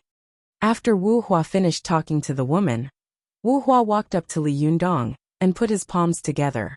Zhenrenli, I've kept you waiting for a long time. Let's go. Li Yundong thought for a moment and said, Since I have something to ask of you, why don't you go to my place? I hope you don't mind. Wu Hua chuckled and said freely, Haha, I can even go to this red light district. Why can't I go to the fox's den? When Li Yundong heard this, he couldn't help but dispel his doubts about Wu Hua. He smiled and said, Thank you. As he said this, he glanced at Fanning beside him and said, Master Fanning, do you want to go with me? Fanning thought to himself, It's already bad luck for me to accompany you to this red light district to find Xixiang. How can I accompany you to the fox's den? Xixiang's cultivation is profound, but my cultivation is low. If I go to that kind of place, will I survive? Fanning shook his head like a rattle drum and begged for mercy. Zhenrenli, please spare me. I have to go back quickly. After that, he didn't have time to say goodbye to his Xixiang. Along the way, he lowered his head and looked straight ahead. He recited scriptures, and suddenly fled the erotic red light street. Wu Hua looked at his figure, shook his head and sighed. Pink skeletons, skeletons are pink. My Xixiang still can't see through them. Li Yundong said with admiration. Master, you play the world of mortals without getting involved. You're admirable. They stopped a car on the road, and then headed for Mount Tianlong. Before getting in the car, Zhou Qin noticed that when Wu Hua got in the car, he glanced behind him intentionally or unintentionally. Zhou Qin saw his action and smiled in her heart, becoming more and more convinced of her judgment.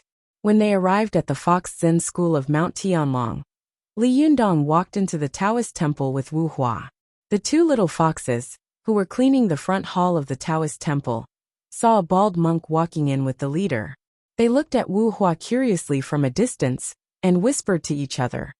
Hey, why did the leader bring a bald donkey back? I don't know. It's so strange.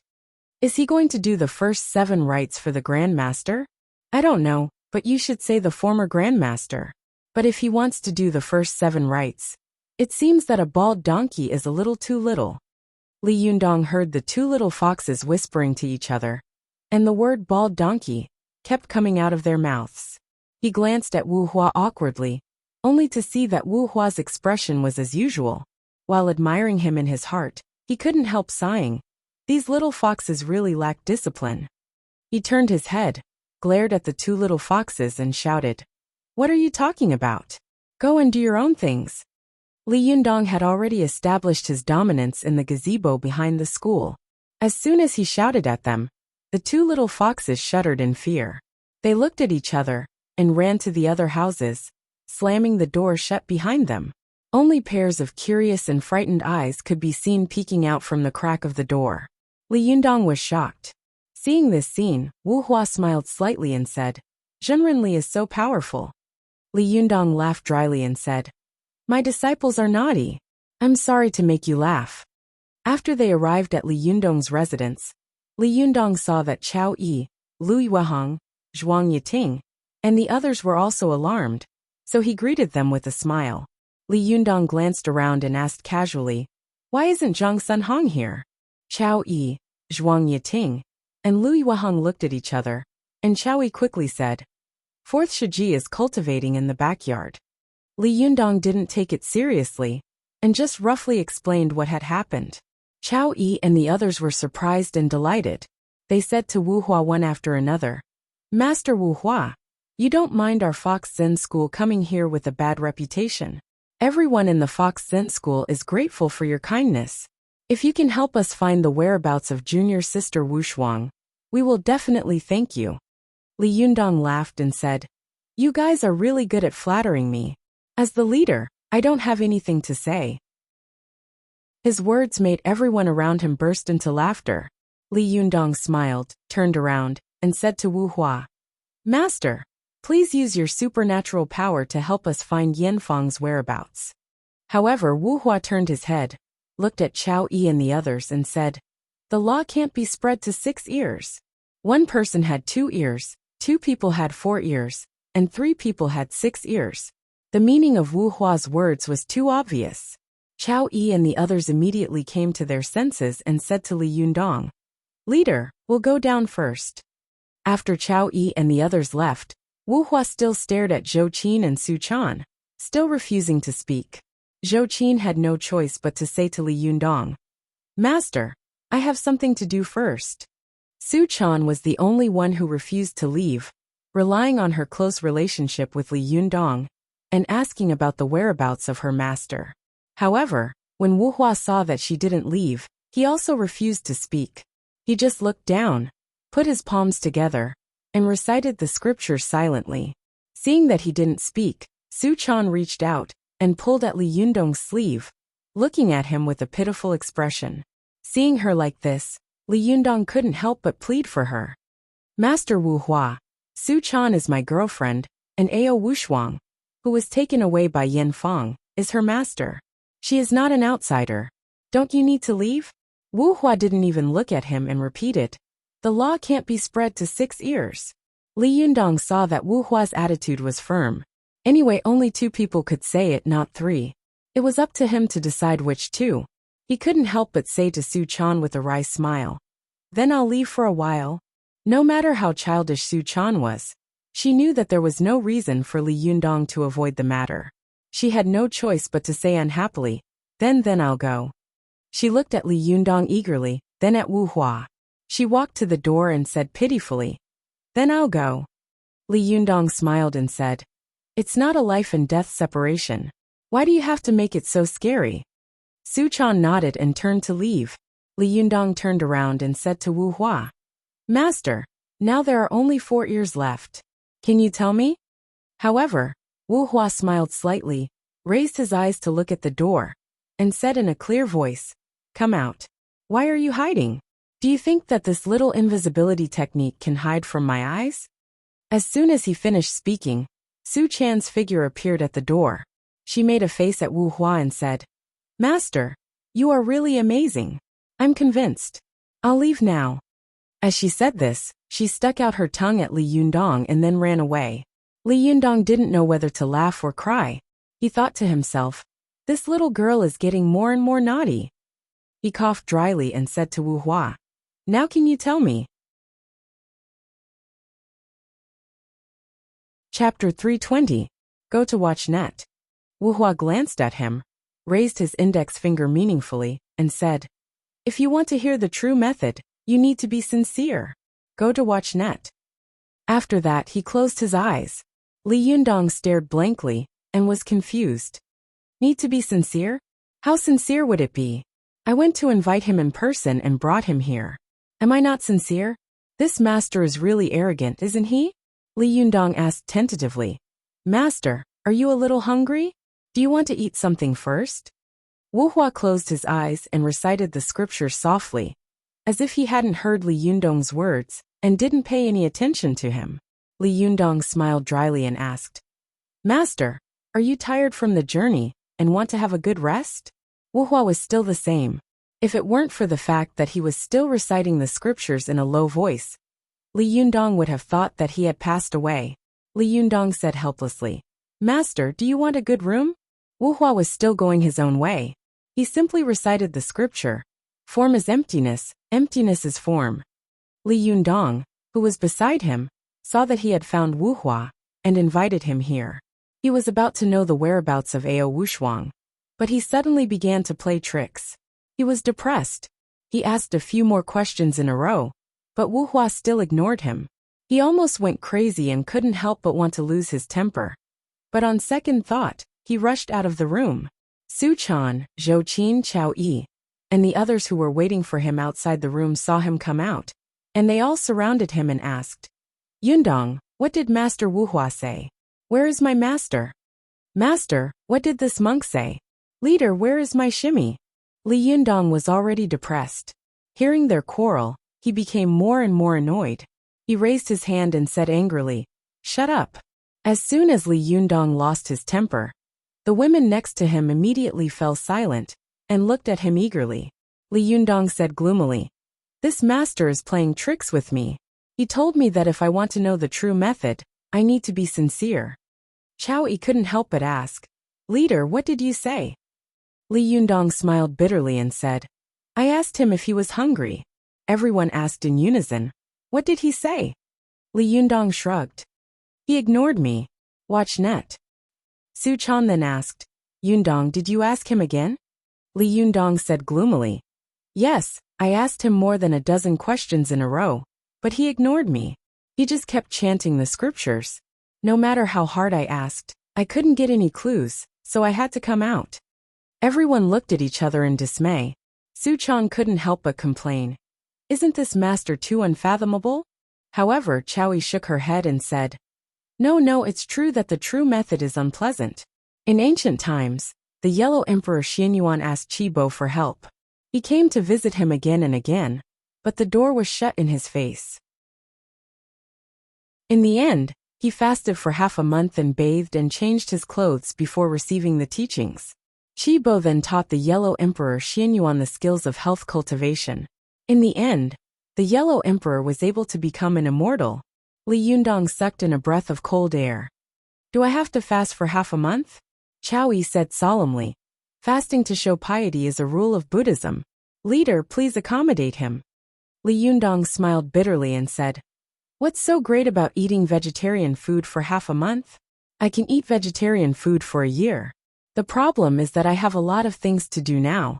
How can I have time to stay here for half a month? Chao Yi was also in a dilemma. She knew that Li Yundong was running around for the livelihood of the Fox Zen school. As a person who didn't produce anything, she couldn't help him, so she naturally couldn't say anything. She could only ask tentatively, Leader, can you ask Master Wu Hua what he means? Li Yundong nodded and said, Okay, I'll ask. After that he walked into the room again, but not long after, he came out again with a sad face. As soon as he saw them, he spread out his hands and said, Still the same, ignore me. Everyone was disappointed.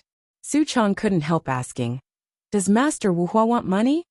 As soon as she said this, everyone looked at her in unison. Chao Yi couldn't help scolding, Chaner, how can you say that about Master Wu Hua? How can a monk be so vulgar? Li Yundong also pretended to be angry and glared at her. Even if you want to talk nonsense, don't you know to keep your voice down? If Master Wu Hua hears it, he will be angry and leave. What should we do? Su Chan lowered her head with a wronged face, rubbed the corner of her clothes with her fingers and murmured, I just want to help. It's just a random guess. When Chowie heard this, she suddenly had an idea. She said in a low voice, by the way, some masters like calligraphy and paintings or antiques. Leader, you might as well ask if Master Wu Hua has any such hobbies. Li Yundong said, okay, I'll ask around. Before he finished speaking, he walked into the room again, but not long after, he came out again. Go to the internet. Everyone looked at him eagerly. When he walked up to them and sighed, they also sighed heavily in disappointment. Li Yundong said with a wry smile, why do I feel like we are playing a game of guess? As expected, this master was from the Zen sect. Why did he have to hit the nail on the head and make people guess everything? How can he stand it? He thought to himself, Zi Yuan is the best at this kind of thing. She is smarter than others, so she must have a way to guess what Master Wu Hua is thinking. Unfortunately, she is not here now. Of course, Li Yundong knew that he couldn't say this out loud, otherwise the little girl would feel sad and remorseful again. Just when everyone was at a loss, Zhou Qin, who had been silent for a long time, suddenly said, I think I may know what Master Wu Hua is thinking. Li Yundong and the others suddenly became spirited. They looked at her and asked, tell me quickly. Zhou Qin thought for a moment and said, logically speaking, the people of Buddhism should be pure and have no desires. But in the past few days, I've been following my master, and found that cultivation also requires daily necessities. The people of our Taoist sects are like this, so there's no reason why the people of Buddhism don't have such needs. Moreover, monks don't produce, so they have to beg alms to maintain their own lives. Li Yundong couldn't help saying, but I've already inquired about it just now. Master Wu Hua doesn't care about me at all. Zhou Qin shook her head and said, no, I don't think that's what Master Wu Hua is asking for.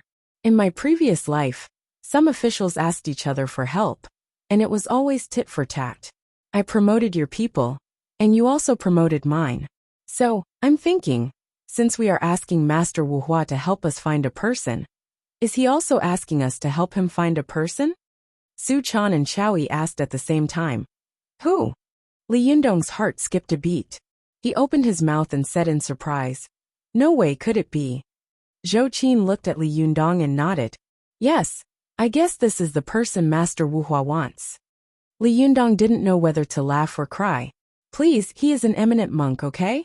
How could he want a young lady to negotiate terms with him? Zhou Qin smiled slightly. Master, I have been paying attention to Master Wu Hua, and the young lady, who is reluctant to part with him.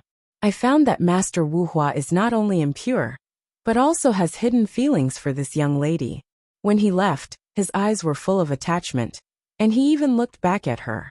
So, I think Master Wu Hua wants us to help him find this young lady and save her from suffering. Li Yundong pondered for a while and was about to go into the room to ask Wu Hua.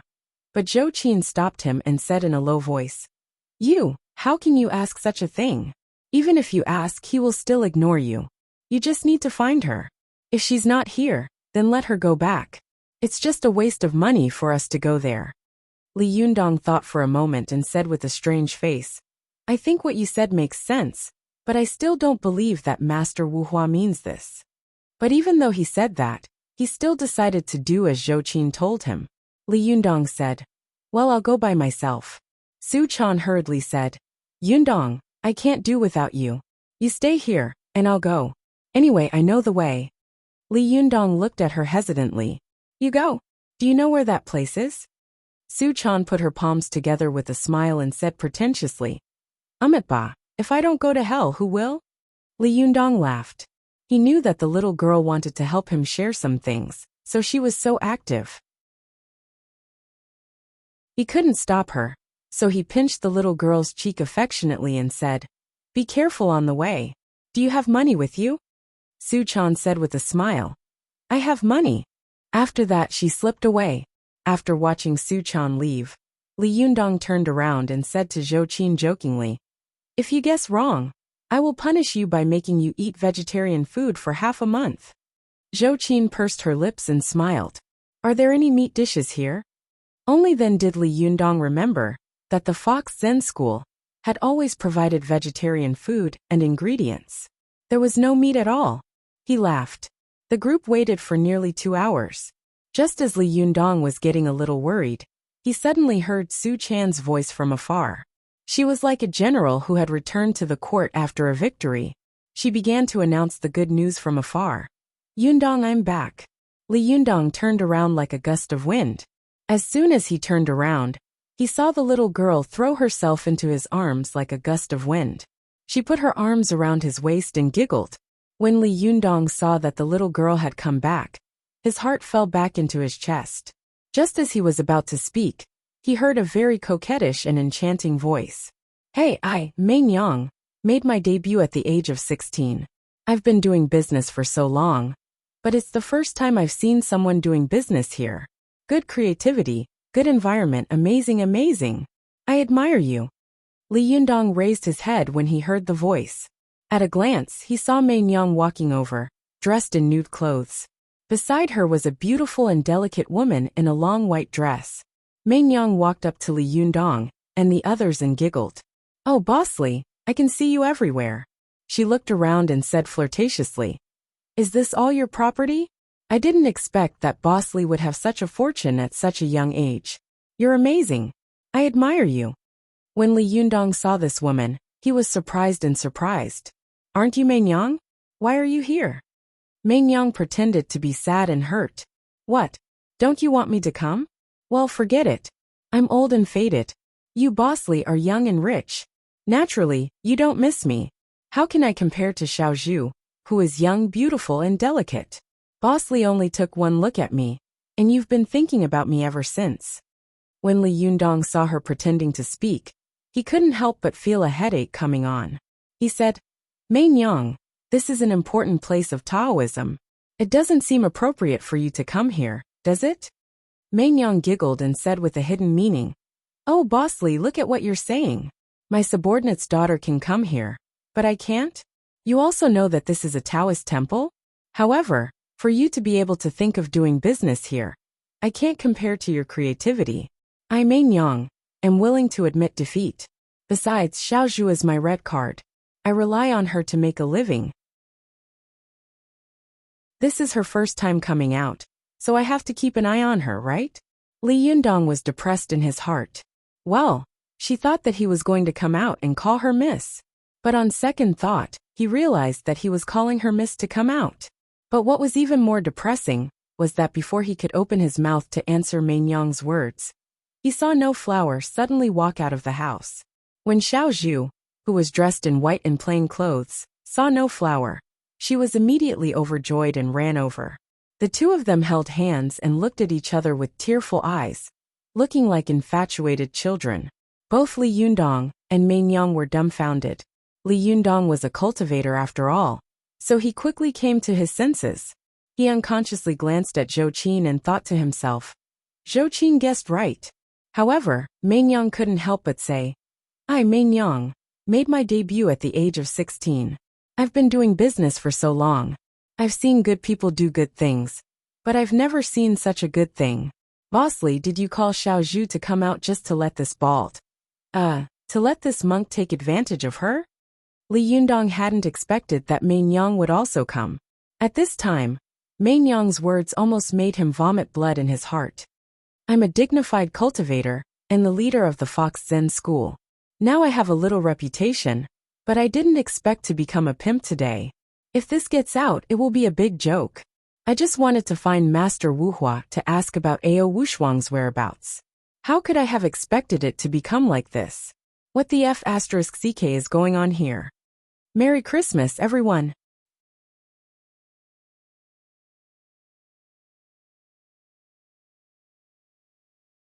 Chapter 321. Go to Watch Network. After hearing Mei Nyang's words, Li Yundong's face darkened, as if he were the reincarnation of the kitchen god. He remained silent with a dark face. Su Chan, Zhou Qin, and the others of the Fox Zen School were all very sensitive people. When they saw Li Yundong's dark face, they all remained silent carefully. Only Mei Nyang looked at Wu Hua and Xiao Zhu and sighed. She said, I thought that you fell in love with Xiao Zhu at first sight. But I didn't expect that you would let this monk take advantage of you. TSK, Boss Li, you are really pious. Li Yundong's face became darker and darker. He said in a deep voice, don't talk nonsense. Master Wuhua is an eminent monk. He just wants to. Before he could finish his words, he suddenly saw Wuhua holding Xiao Zhu's hand. The two of them walked into the room in pairs. When Master Wuhua entered the room, he turned around, grinned at Li Yundong, and then closed the door. Li Yundong's eyes widened and he couldn't help saying, damn, what are you doing? Mei Yang curled her lips and said casually, a young man and a young woman are alone in a room. What else can they do? TSK, Boss Li, are you still a virgin? Li Yundong flew into a rage out of humiliation. You talk too much. Do you think I don't know? But in his heart he cursed. Even if Wuhua wants to convert this woman, don't make it so ambiguous, okay? Now I have a piece of mud in my crotch. Even if it's not sh*t, it's sh*t. Mei Yang covered her mouth and looked Li Yundong up and down. Boss Li, are you really a virgin? Her eyes seemed to have seen a peerless treasure, an extinct creature. Li Yundong felt even more depressed. Before he could lose his temper, Su Chan, who was beside him, was unhappy. She couldn't help but say angrily, you are really annoying. If you don't speak, no one will treat you as a mute. Zhou Qin also said with a cold face, how much is the introduction fee? Take the money and leave. Li Yundong glared at Zhou Qin. What introduction fee? This is not an introduction fee.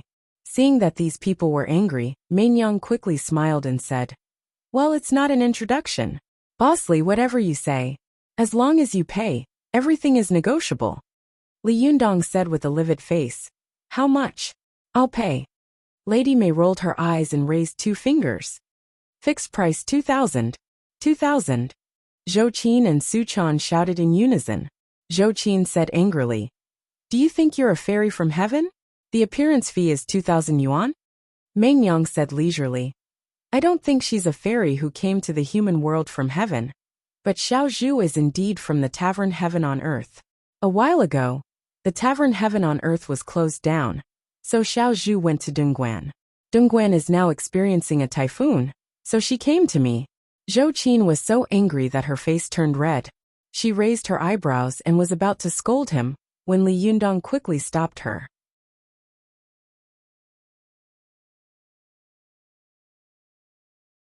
He said impatiently, well, 2,000 is fine. Take the money and leave quickly. Watch net. After that, he counted 2,000 yuan and handed it to Mei Yang. Then he ordered her to leave. Count it. I won't give you a penny. Hurry up and go back to where you came from. Mei Yang skillfully counted the money and then put it in her pocket.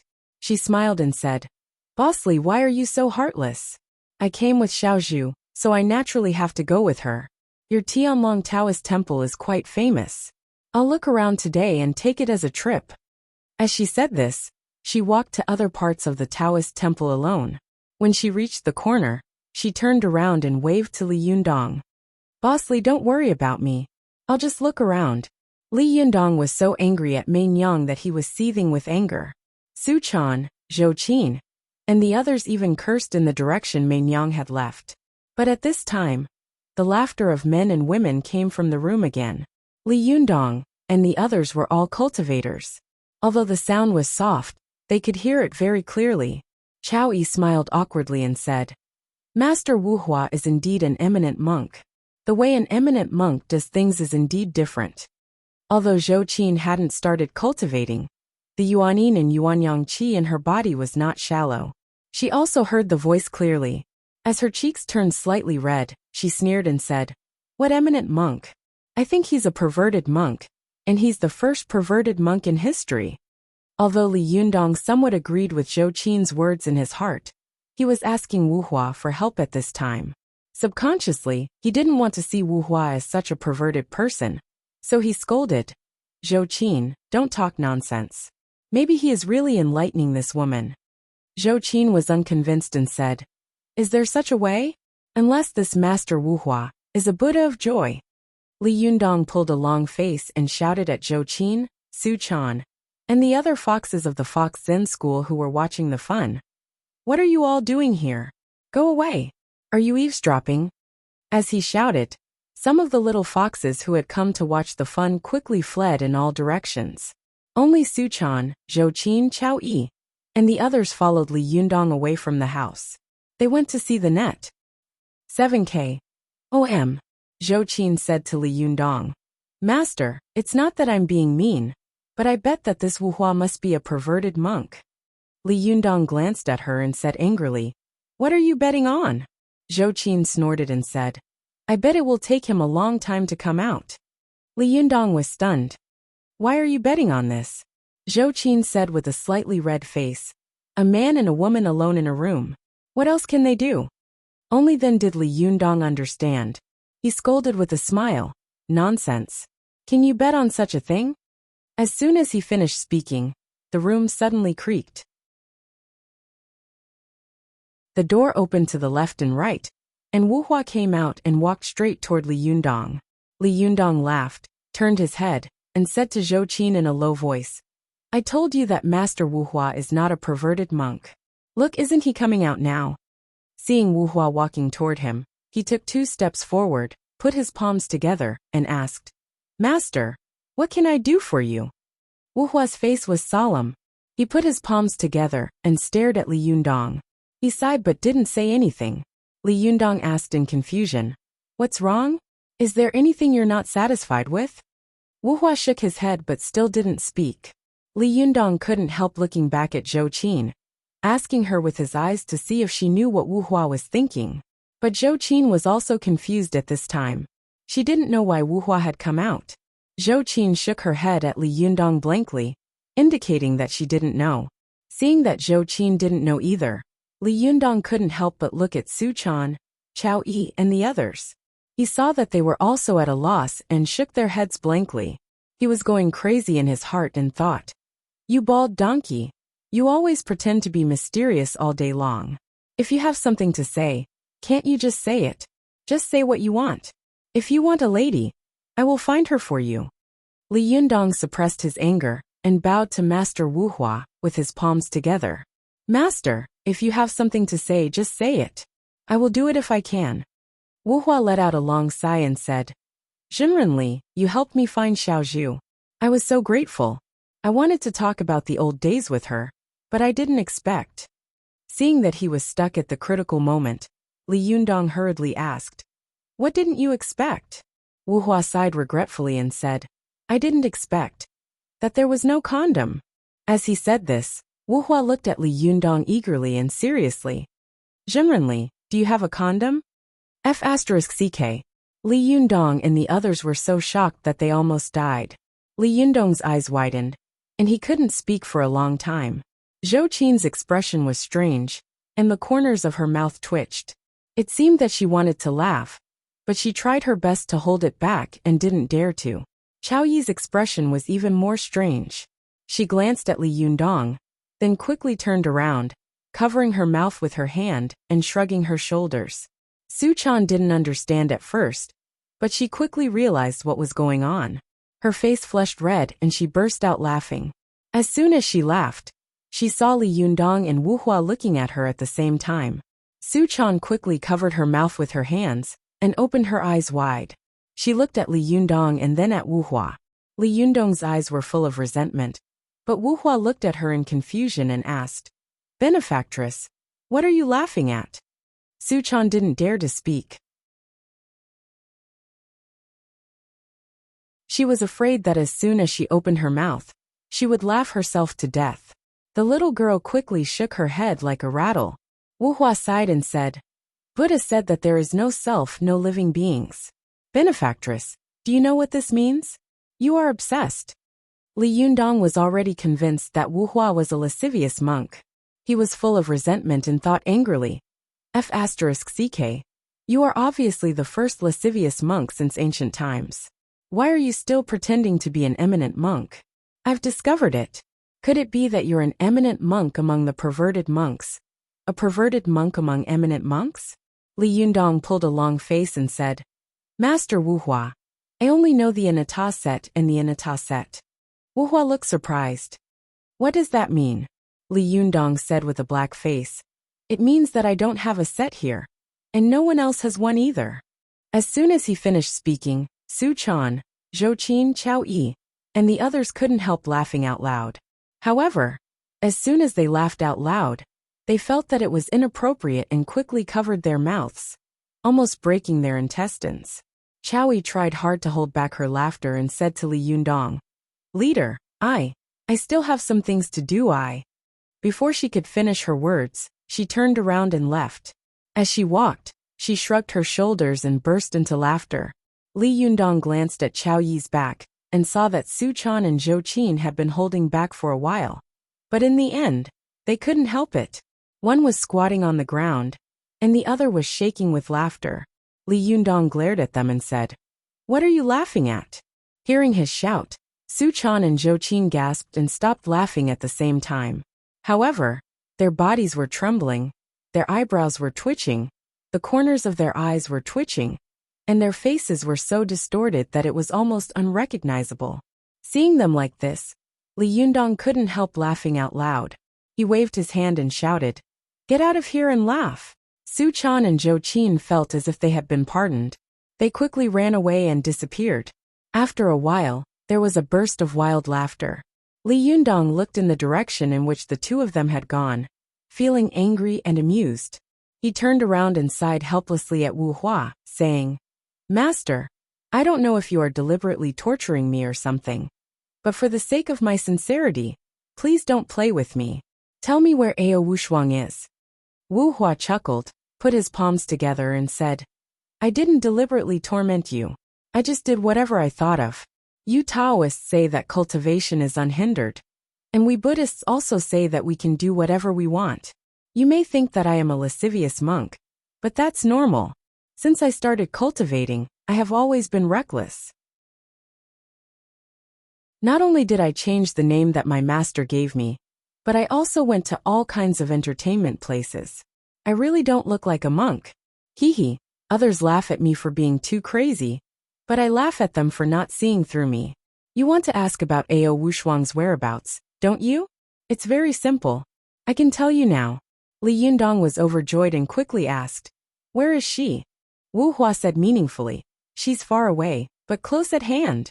As soon as he finished speaking, Li Yundong heard an extremely frightened and shrill scream, coming from the direction of the Taoist temple.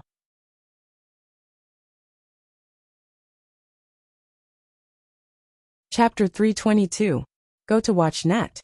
As soon as Li Yundong heard this voice, he was shocked and immediately ran to the place where the voice came from. Go to watch net. 7K. OM. When he arrived at the scene, Li Yundong took a look and immediately sucked in a breath of cold air. He was shocked and angry. There was a coffin in the southwest corner of the Taoist temple. On the coffin was the memorial tablet of the former leader Lu Yi. However, the lid of the coffin had been pushed open, and it was empty inside. Next to the coffin lay the bodies of two women, one near and one far away. They had been squeezed dry, and their faces were haggard, like mummies that had been dried for thousands of years.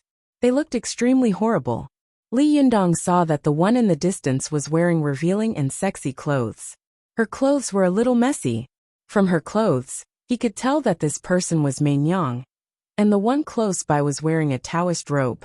She was probably a disciple of the Fox Zen school. But because her body had been squeezed dry, her face was very different, so Li Yundong couldn't tell who she was for a while. But before long Su Chan, Chao Yi, and the others also arrived. When Chao Yi saw this scene, she was so shocked that her eyes widened, and she cried out involuntarily, Fourth Shiji. Zhou Qin didn't know how to control herself, so she just ran over, and was the last one to arrive. When she arrived, everyone from the Fox Zen school had already arrived. She looked at the scene and was shocked. She couldn't help covering her mouth, her face full of horror. Li Yundong looked at Chao Yi with a livid face. Is this Zhang Sun Hong? Chao Yi was frightened and said in a trembling voice, This is my fourth Shiji's clothes. Look at the belt. There is a yellow brocade pouch next to it. This is my fourth Shiji's powerful magical weapon, the colorful brocade pouch. Li Yundong was shocked and angry. He hadn't expected that after he took over the sect, someone would kill his disciples under his nose. And there were outsiders around. Li Yundong glanced at Meng Yang, who had also been squeezed dry. He turned to Wu Hua, who was constantly chanting scriptures with his palms together, and said, "Master, you just said that it's far away, but close at hand. Is it referring to what's happening right now?" Wu Hua lowered his eyes and said, "Ba, I can't say it. Li Yundong said angrily, "Do you still want to play tricks on me? Don't you know the fate connection? Don't tell me you don't know the ins and outs of this matter?" Wu Hua laughed hoarsely. "Jinren, if I knew everything in this world, I would have become a Buddha long ago. Even Buddha himself couldn't see through all the confusing things in this world with a pair of eyes. Let alone me. I could only see a tiny bit of it. You cultivators who practice Taoist techniques can't kill people with magic. It's the same for me."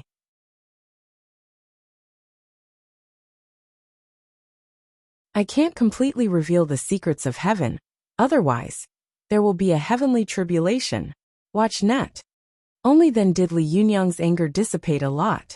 He glanced around and saw that all the disciples of the Fox Zen school had expressions of fear on their faces. Those who were on good terms with Zhang Sunhong were even secretly wiping tears. Li Yundong's face was livid, and he was speechless for a moment. However, Zhou Qin gently pulled his arm and whispered, "Master, should we call the police?" "Call the police?" Li Yundong sneered. "How? What should I say to the police? Do you want to be reconciled?" Li Yundong's eyes were sharp as he glanced at Chao Yi and asked, "Why is the coffin of the former leader here?" Chao Yi looked at Zhang Sunhong's body and secretly shed tears. When she heard Li Yundong's question, she quickly wiped away her tears and said, "Today is the 7th day of the former leader's death. We elders of the Fox Zen school had a private discussion and decided to pay our respects to the former leader. However, we were afraid that you would think too much, so we didn't tell you. After you came back, I wanted Zhang Sunhong to come with us to see you, but she said that she couldn't be alone here and that she could just stay here, so she didn't come with us." Speaking of this, Chao Yi couldn't help but burst into tears. "It's all my fault. If I hadn't agreed to her request, she wouldn't have died." As soon as she cried, the other disciples of the Fox Zen school, who had been with Zhang Sunhong all day long, also burst into tears. For a moment, the backyard was filled with cries, and the atmosphere was gloomy. Although Su Chan had left the Fox Zen school since she was a child, she still grieved for her own kind. When she saw that her Sherbua had been killed, she couldn't help but cry. Li Yundong flew into a rage and shouted, "Bastard!" No one knew whether he was scolding the crying disciples or the murderer. But after he shouted, the crying suddenly stopped. The disciples of the Fox Zen school were so scared that they only dared to sob in a low voice. Watch net. Su Chan had rarely seen him so angry. She carefully pulled his sleeve with her hand and whispered, "Yun. Leader, don't be angry." His heart softened, and his voice softened a lot. He sighed and said, "Don't be afraid. I'm not angry at you. I'm angry at myself. I didn't protect you well. I'm not qualified to be the leader of the sect."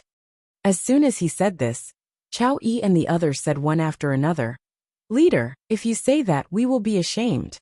"Yes, sect leader, this matter is not your fault. I don't know which vicious cultivator killed 4th Sherbua." Li Yundong looked at Wu Hua and asked, "Master Wu Hua, do you really not know who killed my disciple Zhang Sunhong?" Wu Hua put his palms together and said, "Jinren, a monk doesn't lie. I really don't know. But what I know is that if you find the murderer, you will find the whereabouts of Ao Wushuang." Li Yundong clenched his fists and secretly remembered what he had said. Suddenly, his eyes fell on Meng Yang, and he couldn't help but feel a headache. Now this woman died in our Taoist temple, and her death is so bizarre. What should we do? If the police find out, there will be trouble. He was frowning when he suddenly heard a timid voice beside him. "I have a way." When everyone heard this, they immediately looked in the direction of the voice, and saw that it was Xiao Zhu, who had come with Meng Yang. Xiao Zhu hid behind Wu Hua timidly and whispered, "Meng Yang doesn't have any relatives. I can go back and say that she has gone back to her hometown. She usually treats people very harshly, so no one will ask about her whereabouts. Li Yundong was a little surprised to see that Xiao Zhu, an ordinary person, dared to speak boldly in front of such a scene.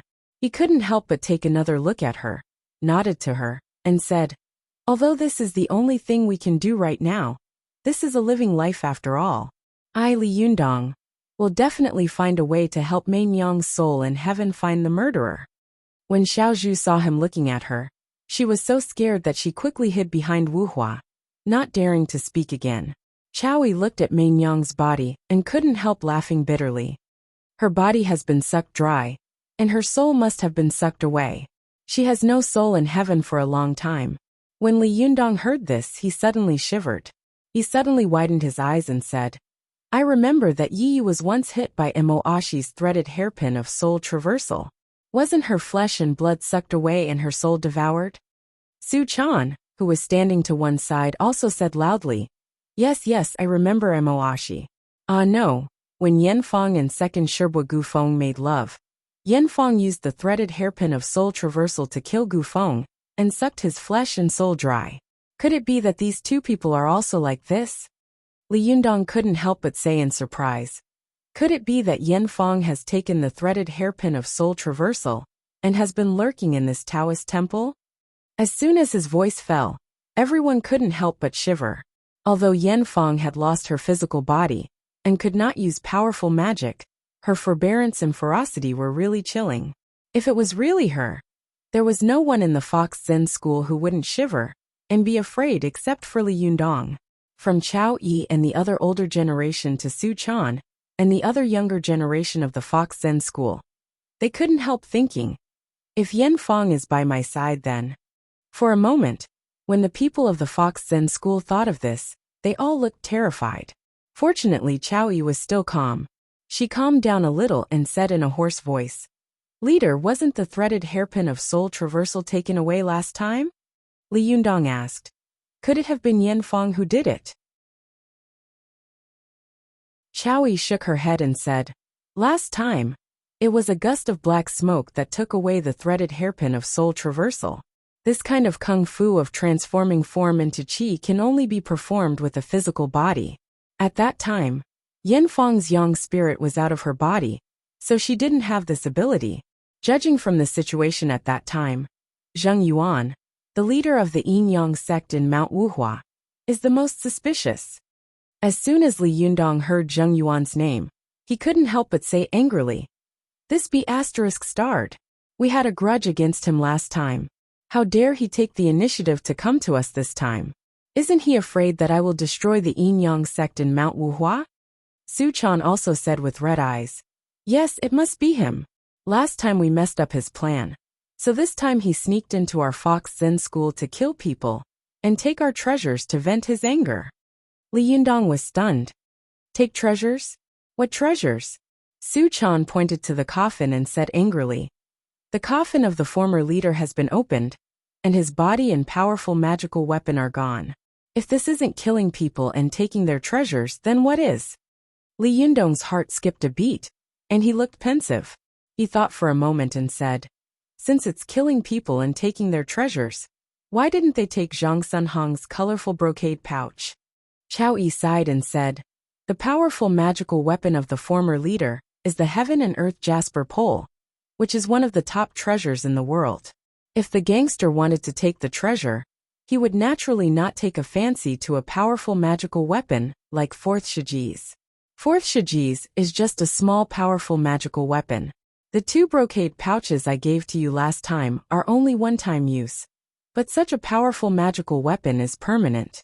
Not only can it carry a large number of things with it, but it will never be damaged." Hearing this, Li Yundong frowned and asked again, "Then can you tell if the scream you heard just now was from Zhang Sunhong?" Chao Yi, Lu Yuahong, Zhuang Yiting, and the others looked at each other and shook their heads. Li Yundong's frown deepened, and he didn't speak for a moment. Wu Hua, who was standing to one side, suddenly said to Li Yundong, "Junrenli, such a big thing has happened to your sect. I'd better not stay any longer. I'd better leave first." Li Yundong didn't want to keep him at this time, so he said to Wu Hua, "I wanted to invite you to stay for a meal, But now that such a thing has happened to our Fox Zen school, my heart is in a mess. I'm not in the mood to accompany you anymore, so I can only apologize. Wuhua put his palms together and bowed. It doesn't matter. However, generally, you have to pay more attention. Everything in this world is always connected by cause and effect. Even if there is no wind, there must be a reason. That's all I have to say. I hope it will be of help to you. After that, he turned around, patted Xiao Zhu on the shoulder, and led her out of the Fox Zen school. Li Yundong watched him leave, and his eyes were a little confused for a moment. He pondered over the words left by No Hua over and over again. He seemed to understand something in his heart, but more fog rushed toward him, almost drowning him.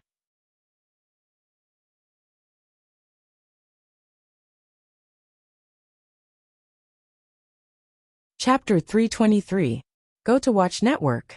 Li Yundong pondered for a while, then raised his head and said to Chao Yi and the others of the Fox Zen school, "You take the other disciples to your room first. Everyone stay together and don't separate. Go to the Fox Zen school." Chao Yi nodded and left the place with Zhuang Yiting and Lu Yuahong with the little foxes of the Fox Zen school. As soon as they left, the sound of chattering and crying suddenly disappeared. For a moment, the backyard was so quiet that one could hear a pin drop. Su Chan saw that the coffin was open, and there were 2 dried corpses lying on the ground. The surroundings were so quiet that she couldn't help but feel a little scared. She couldn't help but move closer to Li Yundong and tug at the corner of his clothes. "Yundong, why did you ask Sherbua and the others to leave?" Li Yundong glanced at her and stroked her head. He didn't answer but turned to look at Zhou Qin. "What do you think?" Zhou Qin glanced at Li Yundong and knew that he was both asking and testing her, so she said, "I have some ideas, but I don't know if I can tell you." Li Yundong said, "There are only me and Su Chan here. There are no outsiders, so there's nothing to worry about. Go ahead." Zhou Qin looked at Su Chan and seemed to be very worried. She said, "Su Chan, if there's anything wrong with my words, don't take it to heart." Su Chan blinked her eyes in confusion. "No, I won't. As the saying goes, one person is short of wisdom, but 2 is long. Sister Zhou Qin, tell me." Zhou Qin nodded and said, "Then I'll say it. Master, I think this matter is very strange." Li Yundong asked, "What's strange about it?" Zhou Qin said, "Why did something happen to the Fox Zen school when Master Wuhua came? Why did someone die just as he was about to tell us where Ao Wushuang was? If this is a coincidence, then it's too much of a coincidence." Li Yundong pondered for a while and said, "I also think this matter is very strange. Master Wuhua just told me that Zhang Sunhong was dead, and Mei Nyang was also dead." Zhou Qin nodded and said, "Yes, and Master, did you find anything strange about the position of their bodies?" Li Yundong couldn't help but look at Zhou Qin and say with admiration, "You're right. In my opinion, this murderer should have killed Zhang Sunhong first. Then, when Mei Nyang was wandering around, she suddenly broke in here and saw this scene. Then she let out a shrill scream. Then in order to silence her, the murderer killed Mei Nyang. Watch net." At this time, Su Chan interrupted, "This murderer is so cruel.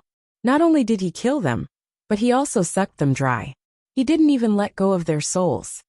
Li Yundong smiled gently at Su Chan and said, "That's exactly what I wanted to say. If the murderer wanted to kill someone, then he could have just killed Mei Nyang. Why did he have to suck her dry and even her soul? Why was he so cruel?"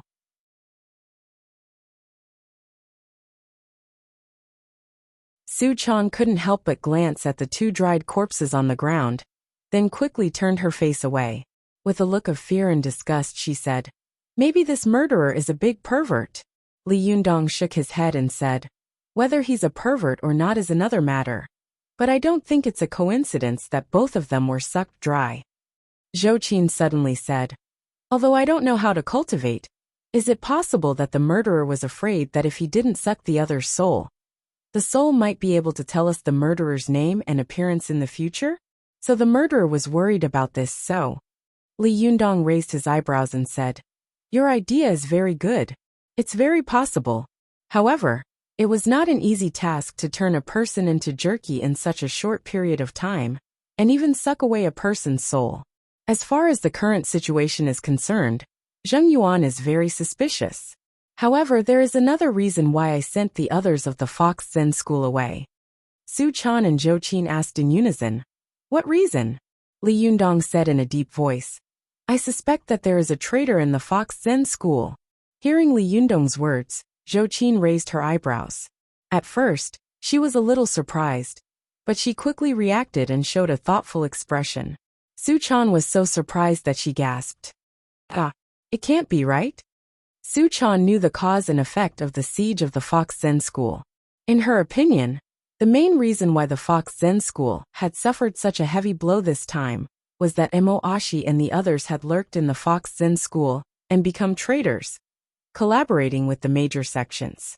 But now that Su Chan had heard that there was a traitor in the Fox Zen school, she was not only shocked but also scared. For a moment she was in a panic. The little girl grabbed Li Yundong's sleeve tightly and leaned against him. She said with a frightened expression, Yundong, why do you say that? Li Yundong pointed to where Zhang Sunhong was and said, although Zhang Sunhong is not good at fighting, I heard from Chao Yi that they are all very good at invisibility, illusion, and all kinds of charm techniques. Although they can't beat people, they can escape. Go to the internet. 7K. OM. And the scream from before was from Meng Yang, not Zhang Sunhong. This means that the culprit's cultivation is either too much higher than Zhang Sunhong's, or it's someone she knows who suddenly attacked her when she was off guard. Su Chan let out a cry and clenched her fists. She stared at Li Yundong with her eyes wide open. Who could it be? Li Yundong thought for a moment and said, I don't know yet, but from what we can see, we can infer a few things. First, the person who killed Zhang Sunhong may be very familiar with her, or his cultivation is much higher than hers. Secondly, we don't know if this person is here to kill us for our treasures or to seek revenge. However, if he's here to seek revenge, then he doesn't have to squeeze Meng Yang dry. He could just come and find trouble with us openly. At this time, Su Chan interrupted. Would he dare? Doesn't he know that our leader, Zhenren Li, is good at fighting and invincible? Li Yundong chuckled and glared at Su Chan, pretending to be angry. Nonsense. There are so many cultivators in the world. How can I be invincible? Li Yundong rubbed the little girl's head and continued. Between killing for the treasure and seeking revenge, I prefer the former. Only those who kill for the treasure are really afraid that the other party will know who took the powerful magical weapon. But there's also something suspicious about this. Before he could finish speaking, Zhou Qin nodded and said, Indeed, if he wanted to snatch the treasure, why did he want to snatch the body of the former leader Lu Yi? By the way, could it be that the former leader ascended by himself, so his body was not left behind? Hearing this, Li Yundong laughed. He shook his head and said, No, Lu Yi died of serious injuries. In this case, it's impossible for him to ascend. Su Chan suddenly said in fear. Could it be that the leader has been resurrected? Li Yundong was stunned, but then he shook his head and said, I don't think so. Why would Lu Yi kill his own disciple? And I saw the injury he suffered last time. It was a serious injury that could not have been more fatal. As he spoke, Su Chan and Zhou Qin couldn't help frowning and saying in unison, Then who is it? Li Yundong thought for a moment and said, Su Chan, let me say something. Don't think too much. Ever since I took over the Fox Zen school, I have found that there is an inexplicable atmosphere in the school. Especially what happened today, there is an evil aura. I think there must be someone secretly watching our Fox Zen school with evil intentions. Su Chan looked worried. Yundong, I'm the one who has dragged you down. Why don't you quit being the leader of the Fox Zen school? Don't let the affairs of our sect implicate you. Li Yundong laughed and said, Don't be silly. How can you retreat when you encounter difficulties and run away when you see an enemy? Whether this person is a foreign enemy or a traitor, I believe that sooner or later he will reveal his true identity. If he is a traitor, I don't believe that he won't reveal his fox tail. This sentence was so appropriate that Su Chan couldn't help muttering a few words. She subconsciously touched her back, as if she was afraid that she would show her fox tail now. Li Yundong looked at the little girl and said with a smile, I'm not talking about you. What are you worried about? Su Chan pouted and said, I'm worried that you will suspect me. Li Yundong laughed and said, even if all the people in the world are dead, I won't suspect you. Don't be silly. When the little girl heard this, she immediately beamed. She held Li Yundong's arm and was about to act coquettishly. Li Yundong quickly coughed and said, how dare you? Is this a place to play? Only then did the little girl remember that she was still at the scene of the murder. She stuck out her tongue and then carefully peeked at Zhou Qin. She saw that the girl's face was motionless, and there was no trace of emotion between her and Li Yundong's eyebrows, as if she was not unhappy at all because of her and Li Yundong's frolicking. Su Chan secretly felt relieved. She knew that Zhou Qin was extremely talented and would definitely be a strong help to Li Yundong in the future. Although she was Li Yundong's doting girlfriend, Zhou Qin would definitely be Li Yundong's first disciple. She didn't want to be at odds with her. Li Yundong didn't notice the little girl's mentality. He said, for now it seems that we can't stay in Tianlong Mountain anymore. This place is too large, and it's easy for murderers to take advantage of it. Moreover, I can't keep an eye on this place all day long. Zhou Qin asked, then where do you want them to go? To the secret chamber of the Fox Zen School? Li Yundong shook his head and said, no. If there is really a traitor, it would be equivalent to telling the other party about the existence of the heavenly Jindan technique. I want them to temporarily live in Hongxing New area, where I live. Zhou Qin couldn't help but open her mouth wide with a strange look on her face. So many female disciples are going to live in your place? Can you stand it? There was a double meaning in her words. Li Yundong couldn't help but glare at her. Do you think I'm also a Buddha of joy? I'm letting them live there, and I'll take Su Chan to another place to live. Zhou Qin's cheeks turned slightly red, and she said with a dry smile, I mean, don't you think they're noisy? Li Yundong was not willing to believe her explanation. He just rolled his eyes at her and said, now come with me to the secret chamber of the Fox Zen School. Su Chan, go into the room and get a pen and paper. Zhou Qin, you go too. Each of you make a copy of the heavenly Jindan technique, and then I'll find a way to seal this secret chamber. Then we'll go back to Tianan City together. Su Chan and Zhou Qin turned around and went back into the house to look for pen and paper. Li Yundong, on the other hand, was pacing back and forth at the crime scene with a frown on his face. After a while, Su Chan and Zhou Qin came out of the house. Li Yundong put his hand on Zhou Qin's wrist and nodded to her. The three of them rose up. When Li Yundong took the two of them to the entrance of the secret chamber, halfway up the mountain of the Fox Zen School, Li Yundong suddenly found that the branches and leaves at the entrance of the cave had been pushed aside, revealing an obvious entrance. This was no trivial matter. Li Yundong winked at Su Chan, asking her to take Zhou Qin and fly a little further down. He took a deep breath, pushed aside the branches and leaves at the entrance of the cave, and walked in himself. Li Yundong held his breath and concentrated. He walked lightly and slowly along the way, almost like a civet, not making a single sound. When he was about to enter the secret chamber, he clearly heard a faint, almost inaudible rustling sound coming from inside. Li Yundong's heart trembled. He knew that this person was probably the murderer, and Ao Wushuang's whereabouts were very likely to be related to him. He didn't hesitate any longer and rushed in fiercely.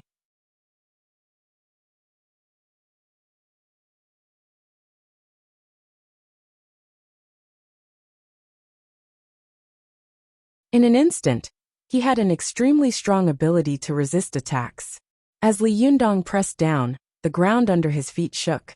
The air around him surged violently, like a majestic wave, blowing away the person who was close to him in an instant. Watch net. 7K. OM. However, this person didn't seem to have any intention of fighting with Li Yundong at all. He took advantage of Li Yundong's moment to jump into the tunnel. Li Yundong thought to himself, oh no, he's trying to escape. Li Yundong stopped in his tracks and chased after him. Although he was fast, he couldn't compare to the person in front of him. In the blink of an eye, the two of them rushed out of the tunnel. As soon as they were out of the tunnel, The man immediately turned into a blue light and left like lightning. Su Chan was floating in the air with Zhou Qin. Seeing Li Yundong chasing after her, she hurried over to meet him. Su Chan asked nervously, "Yundong, are you okay? Who is that person?" Li Yundong looked hatefully in the direction where the man had gone and said, "I'm fine. I don't know who this person is, but from the situation of the fight just now, this person's body method is strange and cunning. I've only seen it in one person." Su Chan quickly asked, "Who?" Li Yundong said in a deep voice, "The former leader of the Fox Zen school, Lu Yi." Su Chan was shocked. "Impossible. Isn't he dead?" Li Yundong pondered for a while, his face surprisingly cold. "I'm not sure. Maybe there are many people in the world with such strange footwork. However, the only thing I can be sure of is that the secret room of our Fox Zen school has been exposed. Hurry up and copy the heavenly Jindan technique. I want to seal this secret room." Su Chan nodded, turned her head, and looked at Zhou Qin. The two of them quickly flew into the stone cave. At the entrance of the cave, Su Chan looked at Li Yundong, who was floating outside the cave and didn't come in. She asked, "Aren't you coming in?" Li Yundong shook his head and said, "Now the enemy's situation is unknown. I'll help you keep a lookout outside. Hurry up. Su Chan, if you find anything wrong, warn us as soon as possible." Su Chan nodded obediently. The two of them turned around and entered the cave. It was not the first time that they had entered this stone cave. Su Chan said to Zhou Qin, "Sister Zhou Qin, you copy the big characters, and I'll copy the small ones." Zhou Qin nodded and said, "Well, it'll be faster this way." The two of them divided the work and copied the heavenly Jindan technique, and then carefully compared it. After confirming that there were no mistakes, they came out of the cave. Watch net. 7K. OM. When Li Yundong saw them coming out, he secretly breathed a sigh of relief. He looked at them and asked, "Are you okay?" Seeing that he was so worried about her, Su Chan smiled sweetly and said, "What's wrong?" Zhou Qin also nodded and said, "It's okay. It's all copied word for word." Then, she handed the manuscript in her hand to Li Yundong. Li Yundong waved his hand. "You guys stay here." However, Zhou Qin refused to take her hand back. She said, "As the saying goes, an ordinary man is innocent, but he will get into trouble because of his wealth. I don't know much about cultivation, but I can tell that this must be some kind of amazing cultivation manual. If others find out that we have such a treasure, we'll be in big trouble." Li Yundong's heart trembled. He reached out to take the manuscript and put it in his arms. He nodded and praised Zhou Qin, saying, "You're really thoughtful. You're right. If this thing gets out, I'm afraid it will immediately cause a bloody storm." As he said this, he suddenly sighed and said, "However, maybe the heavenly Jindan technique has already been spread out. I don't know how much the person in the stone room has memorized." Su Chan's face was full of worry. "Yundong, will there be many sects coming to make trouble for us?" Seeing that the little girl was so worried, Li Yundong felt tender in his heart. He stroked the little girl's black and soft head with his hand and said with a heroic smile, "Don't be afraid, I'm here. If I can beat them back once, I can beat them back twice. How can our Fox Zen school be at the mercy of others?" Su Chan looked at Li Yundong, her heart full of love and attachment. She couldn't help but think to herself, half a year ago, he still needed me to protect him. Now he's here to protect me and my sect. Li Yundong patted the little girl on the shoulder with a smile and said, "Take Zhou Qin outside and hide somewhere far away."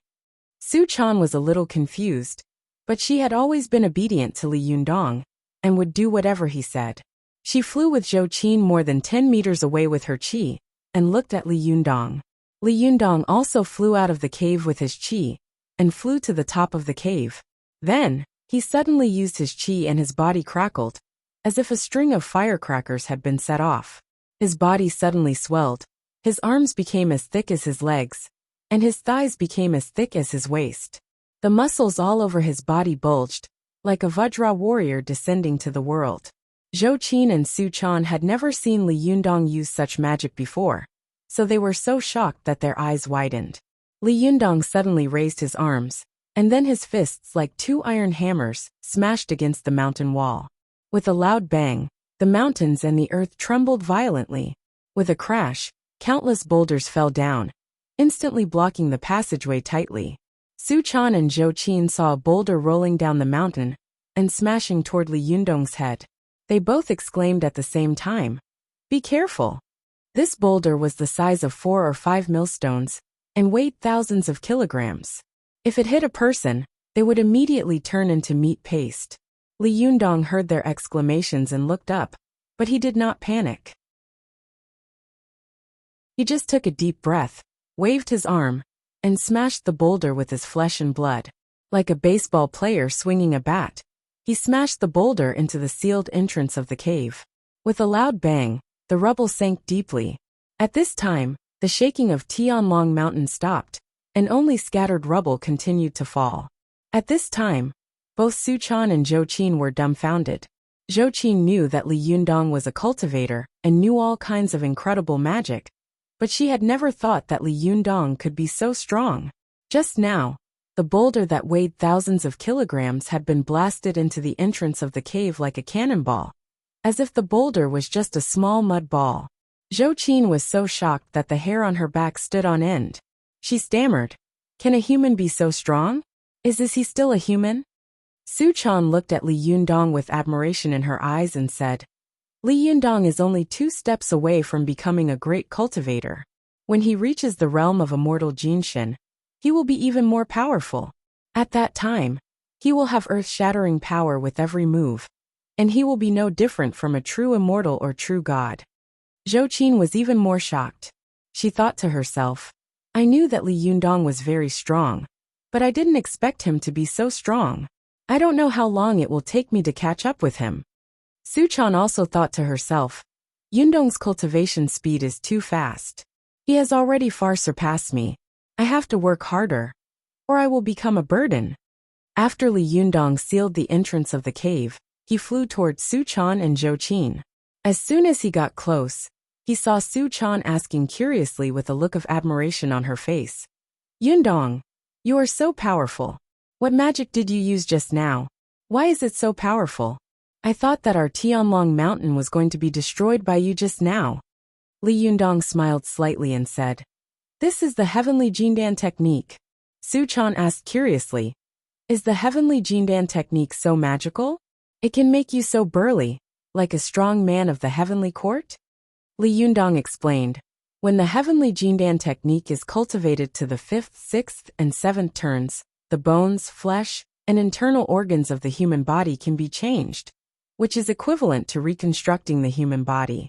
When the 7th turn is cultivated, it is equivalent to obtaining a second life, so that the human body can break through the limits of the human body and freely control the growth of the bones and flesh in the human body." Su Chan said excitedly, "I used to hear from my master that there were great cultivators who could cultivate 3 heads and 6 arms. At that time, I thought it was a lie, but I didn't expect it to be true. Yundong, can you cultivate 3 heads and 6 arms?" Li Yundong laughed and shook his head. "Not yet." The cultivation method of the heavenly Jindan technique is different from the ordinary cultivation method of the 9 heavens. It mainly trains courage, then stimulates the flesh and blood, and stimulates the metabolism of the human body, so that people can become saints. If I want to cultivate 3 heads and 6 arms, I must cultivate to the 9th turn. I have only cultivated to the 7th turn now, and I am still 2 levels away from the 9th turn. Su Chan smiled and said, "It's only 2 levels. It's very fast. When you learn it well, you have to teach me." Li Yundong chuckled and said, "In the way of cultivation, it's normal to advance 1,000 miles at the beginning, but the further you go, the slower your cultivation speed will be."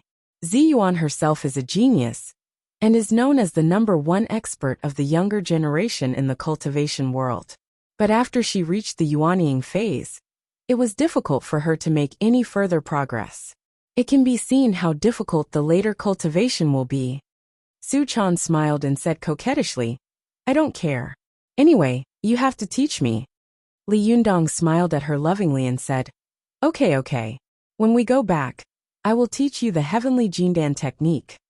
As he spoke, he turned his head and looked at Zhou Qin, only to see that the girl was also staring at him, her eyes full of hope.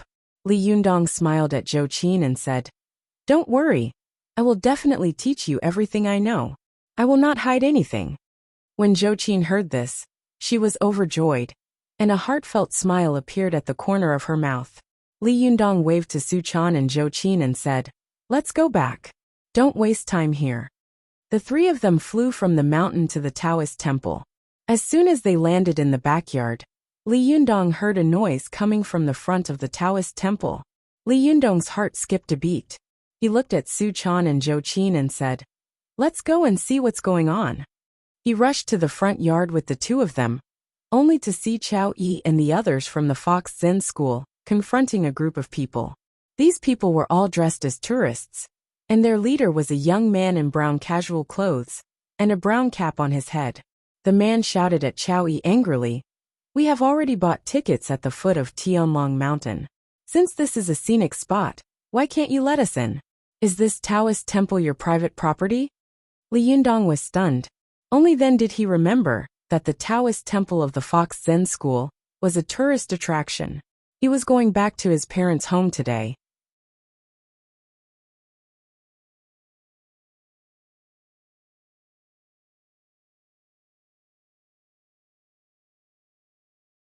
Chapter 325. Go to watch net. Li Yundong stepped forward and whispered to Chao Yi, "What's going on?"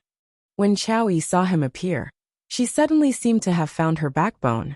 She breathed a sigh of relief and said, "Leader, it's good that you're here. These people insisted on going to the backyard to have a look.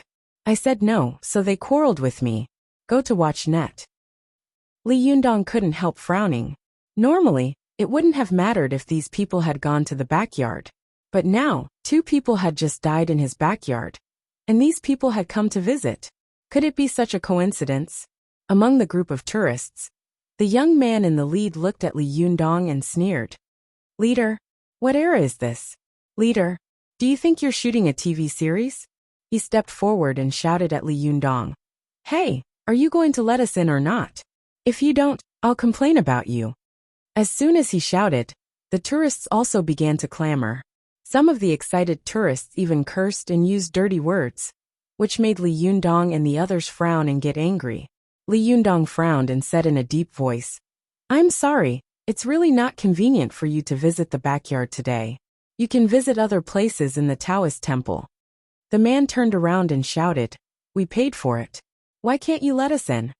This person is too overbearing. And you didn't say that we couldn't enter before. Ignore him, let's go in." Chao Yi and the others of the Fox Zen school were all in a mess. Although their cultivation quotients were not high, they would not show fear when facing people from the cultivation world. However, the people in front of them were all mortals. They didn't know how to deal with them, so they were in a dilemma for a while. Li Yundong frowned. He saw the young man in front of him rushing toward him. He stretched out his hand to block him, but suddenly, the young man turned his wrist. Using his body as a cover, he grabbed the joints of Li Yundong's wrist with one hand like hooks, and with the other hand, he poked at the lower dantian of Li Yundong's lower abdomen. This move was fast and hidden.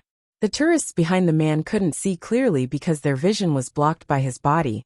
But Su Chan, Zhou Qin, Chao Yi, and the other Sherbua and disciples of the Fox Zen school could see it clearly.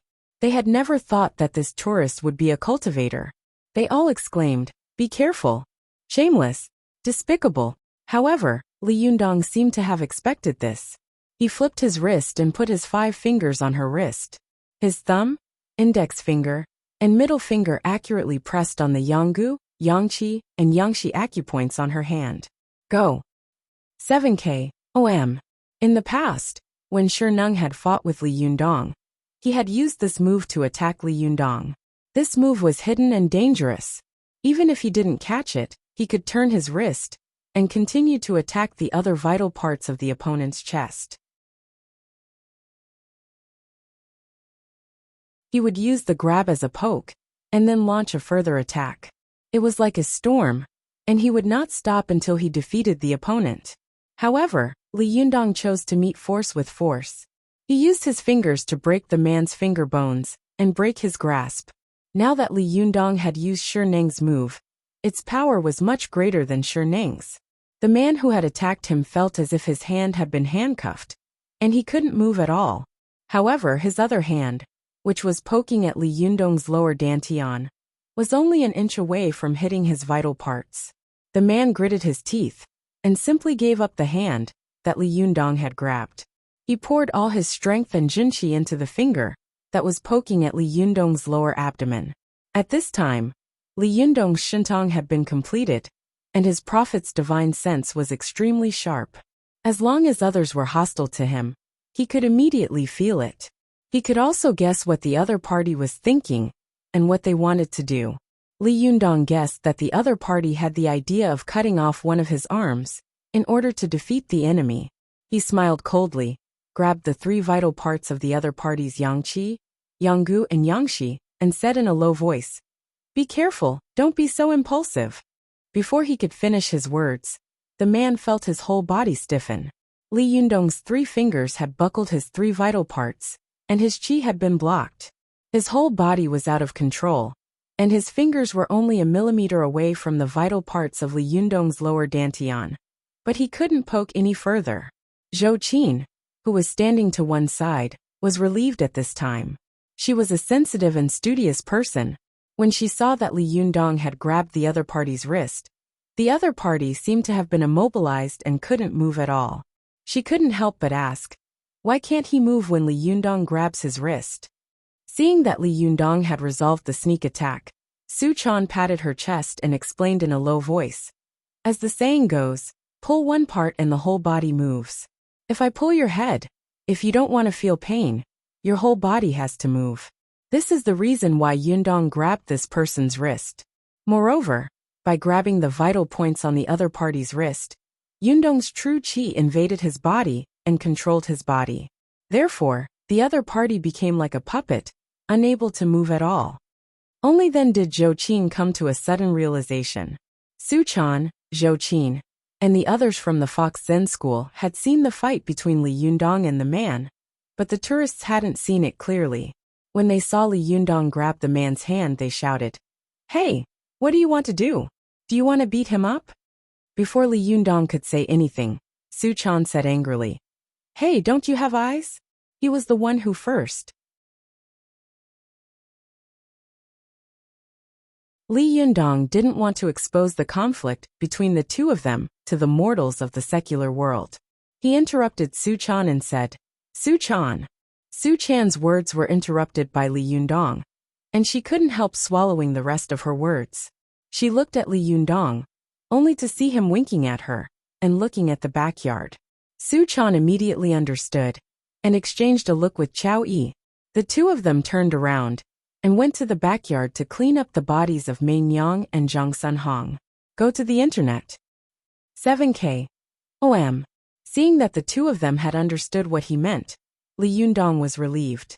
He still held the man's wrist with one hand, lowered his voice, and said in a voice that only the two of them could hear, "Which sector you from?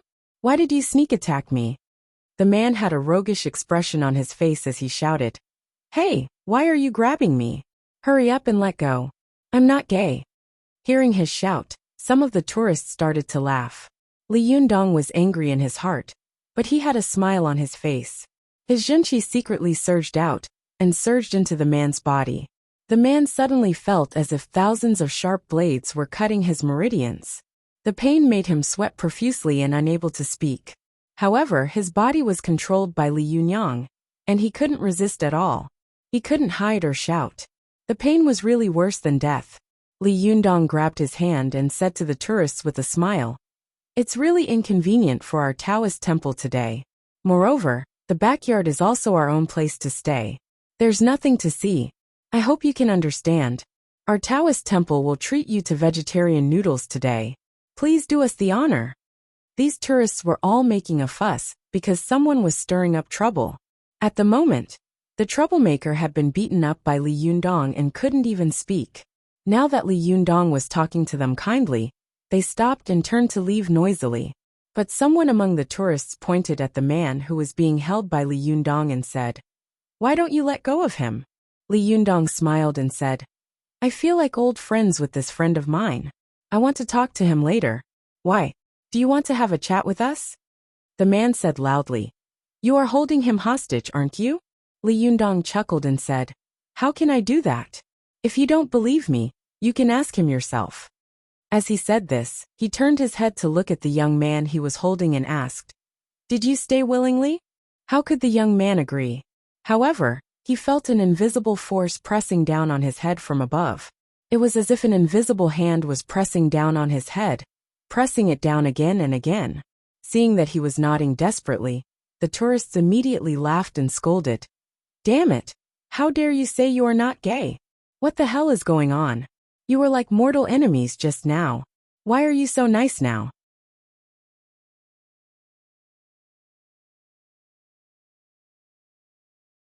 Zhou Qin was clever and immediately said to the tourists, "Everyone, please follow me. I'll take you to the restaurant to eat vegetarian noodles." Chinese people loved to take advantage of others. When the tourists saw that there was a chance to take advantage of them, they didn't care about the life or death of this person. They all rushed away, leaving only the two young people looking at each other. They looked at Li Yundong with hatred and turned to leave. However, they did not go to the restaurant, but turned around and went down the mountain. Seeing that they had left, Li Yundong turned his head to look at the young man, wearing a long cap beside him. He said with a cold face, "Tell me, which sect are you from?" Seeing that all these people had been beaten away by Li Yunyang, and he was the only one left, the man with the cap on his head straightened his neck and shouted, "My father is the leader of the Blue Cave sect. How dare you touch me?" Li Yundong had been cultivating for a long time, and had read a lot of cultivation books. He also had a general understanding of the cultivation sects in the world. He pulled the man's hand, and walked out of the Taoist temple step by step. He sneered and said, "The Blue Cave sect? It turns out to be the cultivation sect of the Qingyang Palace, in Qingqing Mountain, Sichuan. What are the cultivation sects from Sichuan doing in Jiangsu? Why are you making trouble for me?" The man also sneered and said, "I can come here if I want to. It's none of your business. This mountain doesn't belong to you alone." Li Yundong was a little angry. He exerted force with his fingers, and the man let out a cry. Beads of sweat flowed down his forehead like beans. Li Yundong said in a cold voice, "Don't think that I don't dare to touch you. When the 6 great sects besieged the Fox Zen school, I killed 2 people and defeated 9. The souls in my hands are not less than yours. Anyway, killing 2 is killing, and killing 3 is also killing. I dare to offend the 6 great sects and the Jingyi school. Don't think that I don't dare to offend the cultivation sects in Sichuan." The man was sweating profusely. He endured the pain and said in a trembling voice, "I heard that you are the strongest master of the younger generation. Even Zi Yuan was defeated by you, so I want to make trouble for you. As long as I win, I will be the strongest master of the younger generation." When Li Yundong heard this, he laughed out loud and said, "What do you mean by first and second? Do you have the nerve to call yourself first after winning by such means?" The man turned his face away and didn't say anything, but his face was full of disapproval. Obviously, in his opinion, only victory and defeat could be determined in a fight, not in the light of the means. Li Yundong saw that they were on different paths, so he didn't want to waste his breath. He just led the man out of the Taoist temple and warned him with a sneer, "Today, for the sake that you didn't make things difficult for others and directly attacked me, I will spare you this time. When you go back, tell the cultivators of the younger generation in the world that if they are not convinced, they can come to challenge me. I, Li Yundong, will never refuse. But if anyone dares to attack the people around me or use any tricks, I will not be polite to him." After that, he waved his hand and threw the man more than 10 meters away. The man with the cap felt like he was flying like a kite, but when he landed, he felt a huge force coming from his body, forcing him to retreat.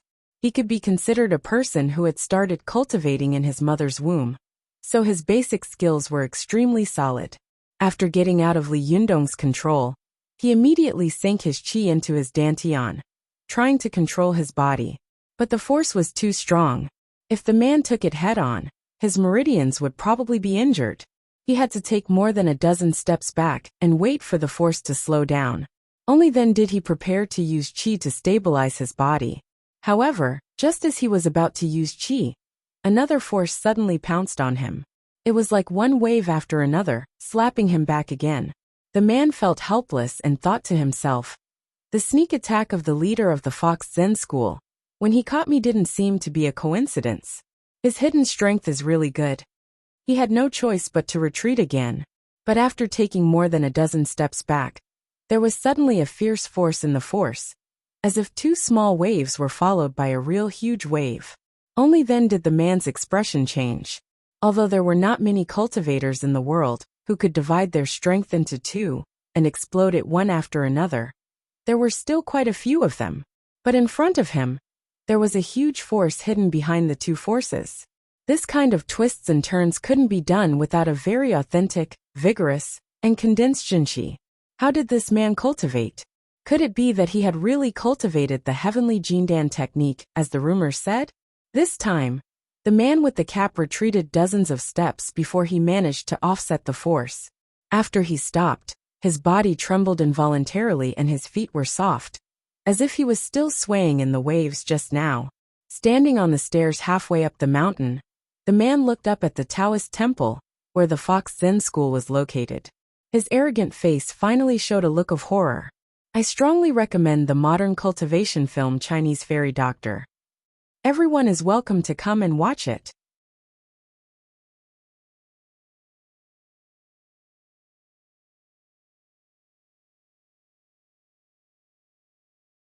Chapter 326. Go to watch net. Just as the man with the cap was in a daze, two young people dressed like ordinary people suddenly surrounded him. They were the two tourists who had gone straight down the mountain. Go to watch net. 7K. OM. The two young people approached him and asked with concern, Shirdi, are you okay? The man with the cap was pale, and his forehead was covered with cold sweat. He said, I'm fine.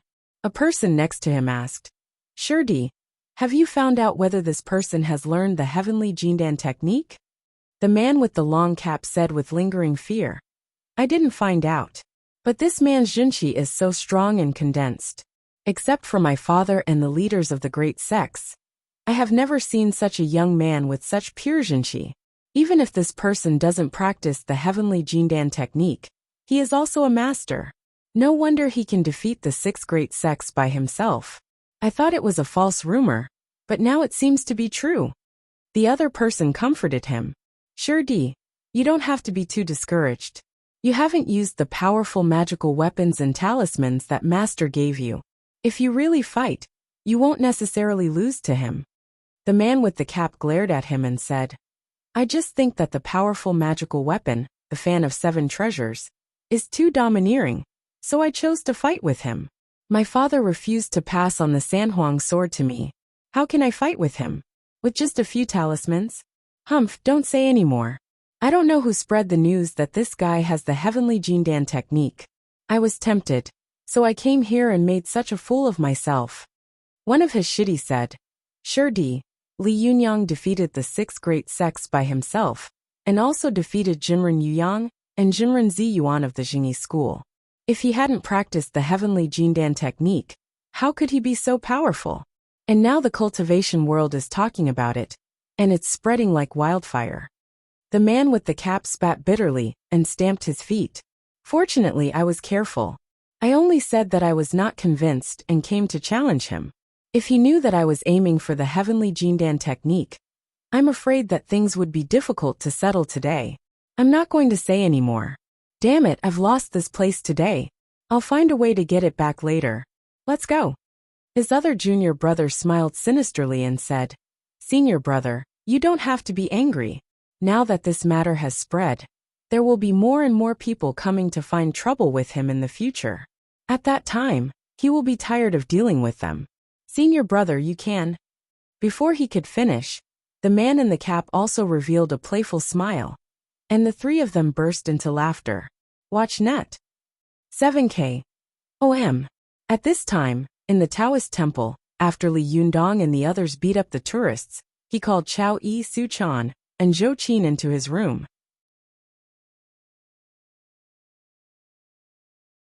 Li Yundong asked Chao Yi, "Did the Fox Zen school have visitors in the past?" Chao Yi sighed and said, "Of course there are." At that time, the Fox Zen school had more than 100 people, including the outer disciples.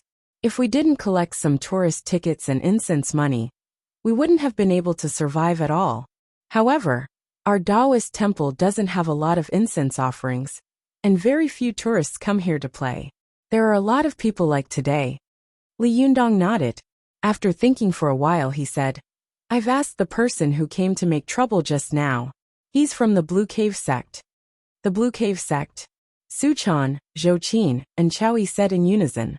Zhou Qin had never heard of this sect before, so she asked curiously. However, Su Chan and Chao Yi were surprised. Chao Yi frowned and asked, "Isn't this a cultivation sect from Sichuan? What are they doing here? Do they want to follow the 6 great sects and get involved in this mess?" Su Chan snorted and said, "Then they're too late. The 6 great sects have been defeated by Yundong." Chao Yi shook her head and said, "Although leader turned the tide and defeated the 6 great sects by himself, this matter must be spreading like wildfire in the cultivation world now. Although the 6 great sects have retreated, there must be many people who are not convinced. It's hard to guarantee that some people will feel aggrieved and come looking for trouble." Li Yunyang nodded and said, "Yes, that was the son of the leader of the Blue Cave sect. He said that I defeated Zi Yuan, and now I have become the top master of the younger generation. He is not convinced, so he came to provoke me. When he defeats me, he will be the top master." As soon as Li Yundong finished speaking, the 3 women in the room sneered disdainfully at the same time. The corners of Zhou Qin's mouth twitched slightly, but she didn't say anything. Su Chan snorted. "What's the point of sneaking up on people? There's no glory in winning." Chao Yi sneered and said, "Is this the so-called decent sect? The descendants of these sect leaders are really getting worse with each generation." Li Yundong sighed softly and said, "If they are coming for me, I have nothing to be afraid of, nor do I have anything to worry about. I have passed the divine tribulation. Why should I be afraid of these villains? What I'm afraid of is that if one plan doesn't work, another plan will come at you, and you won't have any room to protect yourselves. Watch net." Chao Yi said with a face full of shame. "Alas, as an elder of the Fox Zen school, I can't even protect myself. I'm really ashamed of the sect leader." Zhou Qin also looked sad. She bit her lip and frowned, still not saying a word. Only Su Chan took Li Yundong's arm with a smile and said, "Why don't you teach us and make us all great masters? Wouldn't it be better? At that time, you don't need to do anything. If anyone dares to provoke us, we will help you beat them all."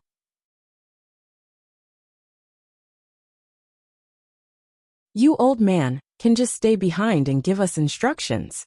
Li Yundong laughed and said, "You're right. Indeed, you have to become stronger. This is the truth. I can protect you for a while, but I can't protect you forever. When we return to Tianan City, I will teach you the heavenly Jindan technique." As soon as he said this, Chao Yi's eyes widened in shock and she said, You really have the heavenly Jindan technique?" Li Yundong was stunned. "How do you know that I have the heavenly Jindan technique?" Only then did Chao Yi come to her senses. She said with a smile, "Last time I saw you fighting with the people of the 6 sects, your body grew bigger by 3 steps. We discussed in private what kind of cultivation method you were cultivating. We all agreed that you were cultivating the long-lost heavenly Jindan technique. We thought we had guessed wrong, but we didn't expect it to be true." Only then did Li Yundong understand.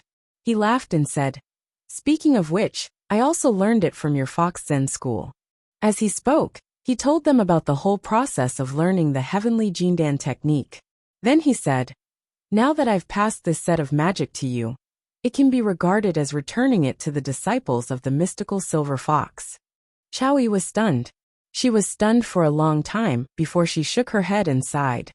Everything in this world is really a cycle of cause and effect. No wonder. Li Yundong nodded to Chao Yi and said, "You don't have to sigh with emotion. You go back first, pack your things, and then take the juniors to Tianan City with me. No one can live here anymore. At present, the Fox Zen School is suffering from internal and external troubles. I can't split myself up. You Lu Yuehong and Zhuang Yiting Sherbua, don't be separated from each other in the future. He turned his head and looked at Zhou Qin and Su Chan. In the future, the two of you must stay close to me. Su Chan, Zhou Qin and Chowie said in unison, yes. Li Yundong nodded and waved his hand. Go pack up quickly, and then we'll go back to Tianan City. The three of them responded and left. Not long after, everyone in the Fox Zen School knew that they were leaving the sect. For a moment, their hearts were filled with the sadness of leaving the old place, but they were also full of yearning for a new life. They all chattered and whispered to each other. Li Yundong took the lead and went down the mountain. Su Chan and Zhou Qin didn't have any luggage, so they accompanied Li Yundong empty-handed. Chao Yi, Lu Yuehong and Zhuang Yiting, the only remaining seniors of the Fox Zen School, followed Li Yundong down the mountain, looking back reluctantly. Some of the little foxes were crying secretly, choking with sobs. Su Chan felt very sad when she heard this. When she followed Li Yundong to the foot of the mountain, she pulled his arm, looked back at the towering mountain, and asked, Yundong, do we have to leave? Can we come back again?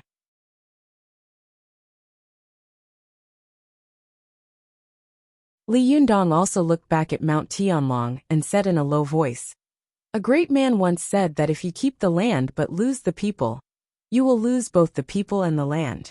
If you keep the people and lose the land, you will gain both. Right now we are too weak to defend this mountain. If we insist on staying, we will only give the enemy a chance to attack us one by one.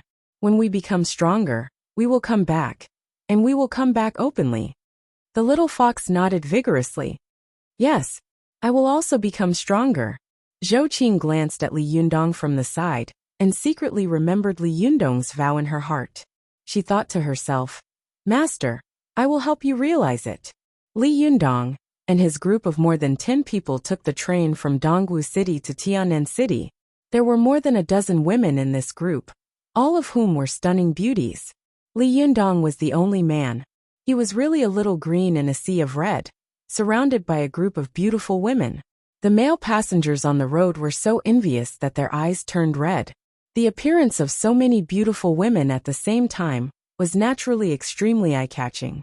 Along the way, there were countless men who came to talk to her. Only Zhou Qin's face was as cold as frost. Few men dared to come forward to talk to her.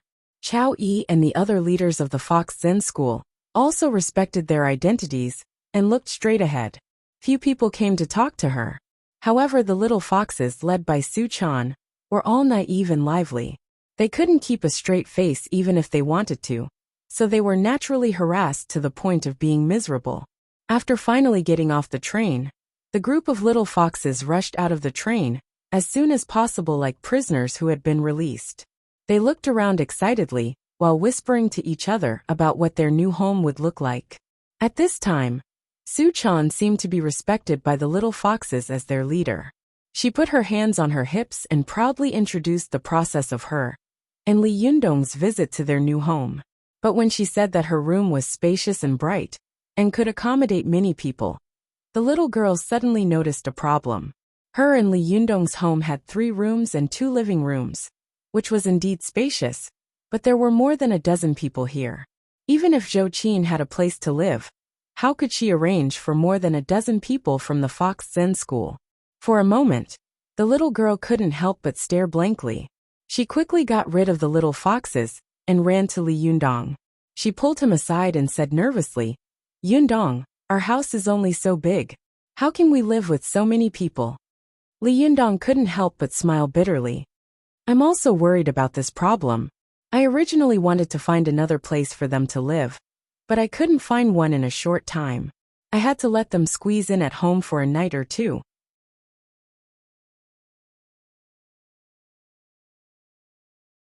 Besides, we are all cultivators. It's no big deal to sleep on the floor for a night or two.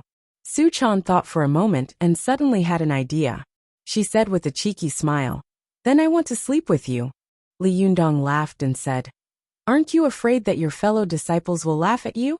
Su-chan raised her head and made a face. I'm not afraid. My master is the leader of the sect. How dare they laugh at me? I'll make things difficult for them. Li Yundong laughed and tapped the little girl's nose. Look at you. This is how the unspoken rules of the world come about. He scolded with a smile. While the two of them were talking and laughing, they suddenly heard a noise coming from not far away. They turned their heads and saw several male travelers dragging their suitcases. They tilted their heads and looked at the beautiful women of the Fox Zen school. For a moment, they were thrown off their feet. Li Yundong's heart skipped a beat, and he secretly felt a headache coming on. He thought to himself, Su-chan, this little fox spirit, has made such a mess when she came into the world. Last time, the group of foxes of the Fox Zen school went down the mountain and almost blocked the streets of Tiannan City. This time, she has come into the world legitimately. I'm afraid that the world will not be peaceful from now on. What can I do?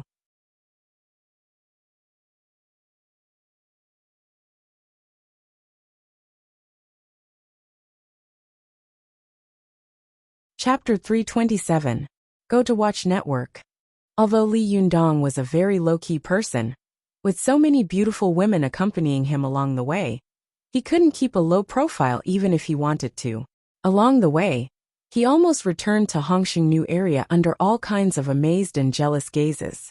Go to the Watch Network. A group of little foxes chattering on the street didn't seem noisy, but once they entered the quiet community, especially after entering the building, they immediately became like a flock of ducks, which made Li Yundong's head hurt. In particular, when a group of people got into the elevator was crowded. Half of the people who were about to get on the elevator looked at the elevator on the left and right side of the door and were shocked. They saw Li Yundong standing at the front of the elevator, and behind him stood a group of beautiful women. They all looked different, but all of them were stunning beauties. These people were shocked. The men felt ashamed of their inferiority and almost turned around and jumped off the building. The women almost stabbed their eyes out, only to hate their parents for not giving them good looks. Although Li Yundong made room for them when he saw them, they were not willing to get on the elevator. They just shook their heads like a rattle drum, watched the elevator close, and watched Li Yundong go upstairs with a large group of beautiful women. When the elevator closed, they each activated their extraordinary imaginations and began to let their imaginations run wild about the background of this boy, who was surrounded by a group of beautiful women. Li Yundong felt strange under these gazes. When he finally reached the floor, he walked out of the elevator and coughed dryly. We're here. These little foxes immediately rushed out of the elevator like a tide and cheered. Hooray! They were all young and beautiful, and their voices were crisp and loud. In this corridor, it was like a shout, immediately attracting the surrounding neighbors to open their doors and poke their heads out. A man poked his head out to take a look, and was immediately shocked to the point of drooling. He was about to go out and deliberately try to get close to them, but soon the hostess rushed over and pulled him back by the ear. Li Yundong pretended to be angry and glared at the lively little foxes, shouting, "Be quiet!" Chow Yi also said to the juniors, "Don't quarrel. Don't embarrass the leader." Li Yundong nodded to Chow Yi and said, "I have something to say later. Don't make trouble." After saying that, he opened the door himself. After pushing the door open, Li Yundong felt a familiar scent. Before he could enter the room, the little fox Su-chan let out a cheer and rushed in, rolling on the sand. With her taking the lead, the little foxes behind Li Yundong suddenly became restless. Watch net. 7K. OM. Li Yundong realized that something was wrong, so he coughed dryly and glared at Su-chan.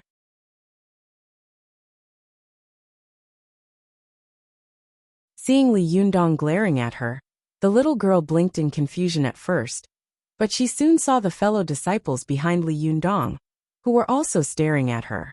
She immediately came to her senses and got up from the sand obediently. She lowered her head, rubbed the corner of her clothes with her fingers, and walked step by step to Li Yundong.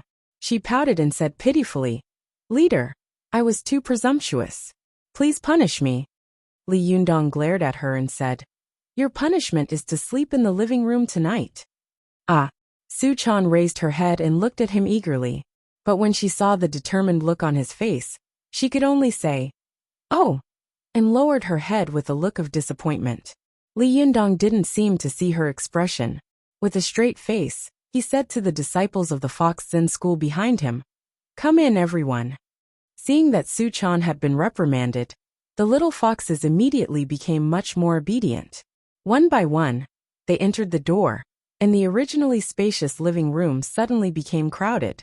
Li Yunyang saw that everyone in the Fox Zen school, whether it was the seniors like Chao Yi or the juniors like Su Chan, were all very nervous. He smiled slightly and said, "Don't be so nervous. It's as if you've entered a black shop." As soon as Li Yundong said this, everyone immediately laughed, and the tense atmosphere dissipated a lot. Li Yundong dragged over a few chairs in the dining room and said, "Sit down, all of you. Su Chan, Zhou Qin, you and the other Shiji can sit on the sofa or the carpet. Chao Yi, you three Sherbua, come and sit on the chairs in the dining room." Chao Yi smiled and said, "Leader, you don't have to be so polite. We can sit with the juniors." Li Yundong pressed Chao Yi and the others into the chairs and said, "No, there is a difference between the old and the young. This must be clearly distinguished."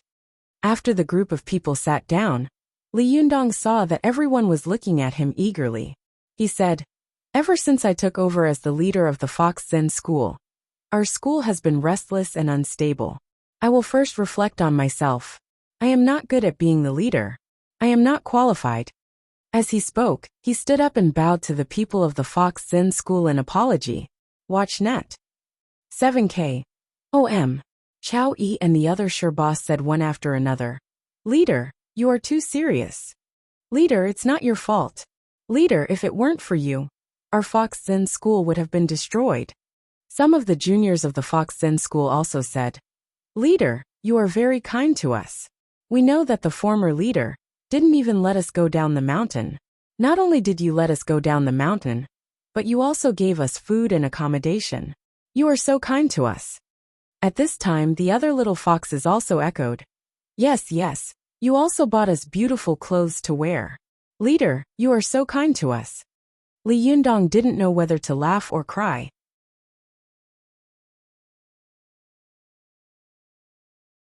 He thought to himself, "Oh my, they are all a group of naive little girls who don't know anything about the world. If you meet other men, they will not only give you food and accommodation, but also a place to sleep." Li Yundong coughed dryly and said, Okay, don't say any more. Now that I have taken you down the mountain, I will be responsible for your food, clothing, housing, and transportation. In a few days, I will find a house for you. For the next 2 days, you will have to bear with it and squeeze in a room."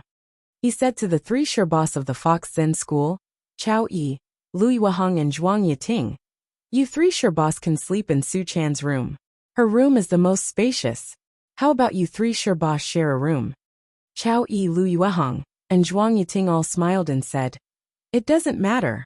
We will listen to leader's instructions." Li Yundong then said to the remaining 7 juniors of the Fox Zen school, 4 of you will sleep in the other 2 bedrooms. How about that?"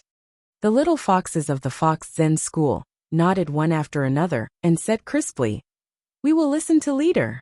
Although Li Yundong didn't have any improper thoughts about these beautiful little foxes, he was really happy to hear so many stunning beauties say this together. Li Yundong nodded and then said to Su Chan and Zhou Qin, "The 3 of us will sleep outside the living room." Hearing this, Su Chan couldn't help but let out a cry of disappointment. However, Zhou Qin's heart skipped a beat. She knew that Li Yundong was showing the people of the Fox Zen school that he, Su Chan, and himself were innocent. Zhou Qin's expression didn't change and she didn't say anything, but Chao Yi and the others of the Fox Zen school immediately stood up and shook their heads. "No, absolutely not." Li Yundong asked in confusion, "Why?" Chao Yi said with a serious face, "How can we let the leader of a sect sleep in the living room, while we sleep in the bedroom? Although our Fox Zen school is a small sect, we also understand that there are other principles of seniority. The leader is a precious person. How can he sleep in the living room? No, absolutely not." Lu Yueheng also nodded in agreement and said, 6 Shimi is right. If you sleep in the living room, we would rather not sleep. Zhuang Yuting also said, that's right. Seeing that the three Sherbua had agreed, the juniors of the Fox Zen school immediately followed suit and said, that's right. Li Yundong smiled bitterly and said, then what should we do? Chao Yi said, the leader should have a room by himself, and then the three of us will share a room. Su Chan and Zhou Qin will share a room, and the juniors of the Fox Zen school will squeeze in the living room. That's good. Li Yundong shook his head and said, how can this work? How can 7 people squeeze in the living room? However, Chao Yi said flatly, we cultivators don't have high requirements for a place to sleep. We just need to sit cross-legged and meditate for a night. The living room is very spacious and enough for 7 people. Previously, the leader also said that there is a difference between the elders and the juniors, so I think the leader should also know the difference. Only in this way can we distinguish the difference between the elders and the juniors. Li Yundong still shook his head. No, this won't work. Everyone is squeezing. How can I sleep in a room alone? Su Chan looked at Li Yundong eagerly, wishing that he could say, I'm sharing a room with this girl. But she also knew that it was possible for Li Yundong to say this in private. But in front of so many people of the Fox Zen school, he would never say it out loud. While she was thinking about it, Chao Yi said, leader, if you don't agree, then we don't dare to live in the room. Otherwise, even if we meditate, we won't be at ease. The others of the Fox Zen school also said in unison, yes, leader. Seeing that they had joined hands, Li Yundong's face was full of helplessness. He could only sigh and say, well, let's do as you say. I'll go find a house tomorrow. Please make do for the night. The people of the Fox Zen school laughed. It's okay. Li Yundong also smiled helplessly and said, well, I've said what I should, but if you want to go out, you must go out together. Don't be alone, and you must tell me. The people of the Fox Zen school nodded in agreement. Seeing that Li Yundong had finished speaking, Su Chan immediately jumped up and rushed over to him. She said eagerly, Yundong, does that mean I can't go to your room? Li Yundong was not very willing to be intimate with the little girl in front of the disciples of the Fox Zen school. He deliberately said with a straight face, what are you talking about? As long as it's not sleeping time, you can go at any time. Su Chan pouted and was unhappy. She thought to herself, I just want to go at sleeping time. You obviously know that, but you said that. You're so annoying. But she was clever. Her eyes rolled, and she immediately thought of a way. Why not use a doppelganger skill and hide her real body in Li Yundong's room and put her fake body in her own room? As soon as this idea came to mind, Su Chan immediately became proud and thought, girl, you are the smartest. These days, my cultivation hasn't made any progress with master, but my fighting skills have improved by leaps and bounds. Thinking of this, Su Chan's face immediately brightened up. She said with a smile, then I'll go to your room and see if you're hiding a woman. Li Yundong scolded with a smile. What kind of woman are you hiding? With women like you, do I need to hide anything else? I can't even handle you. Li Yundong's words were very ambiguous. The juniors of the Fox Zen school all turned their faces away and giggled. Seeing their strange expressions, Li Yundong came to his senses.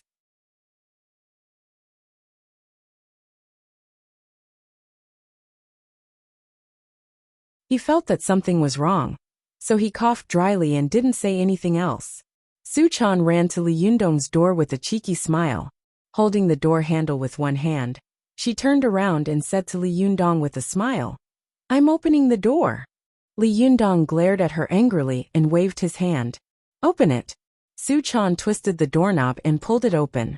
As soon as she pulled it open, countless small plastic bags poured out like a tidal wave, instantly drowning Su Chan in it. Li Yundong was shocked. He immediately rushed over and shouted, Girl, are you okay? You're tuning in to the Li Mei's Sword of Destiny YouTube channel. We're so grateful for your support, and don't forget to subscribe to join us on this incredible journey through captivating stories. Your generosity through donations truly makes a world of difference, as it's the primary source of revenue that allows me to expand and enhance this channel for you. Thank you from the bottom of my heart for being a part of this adventure.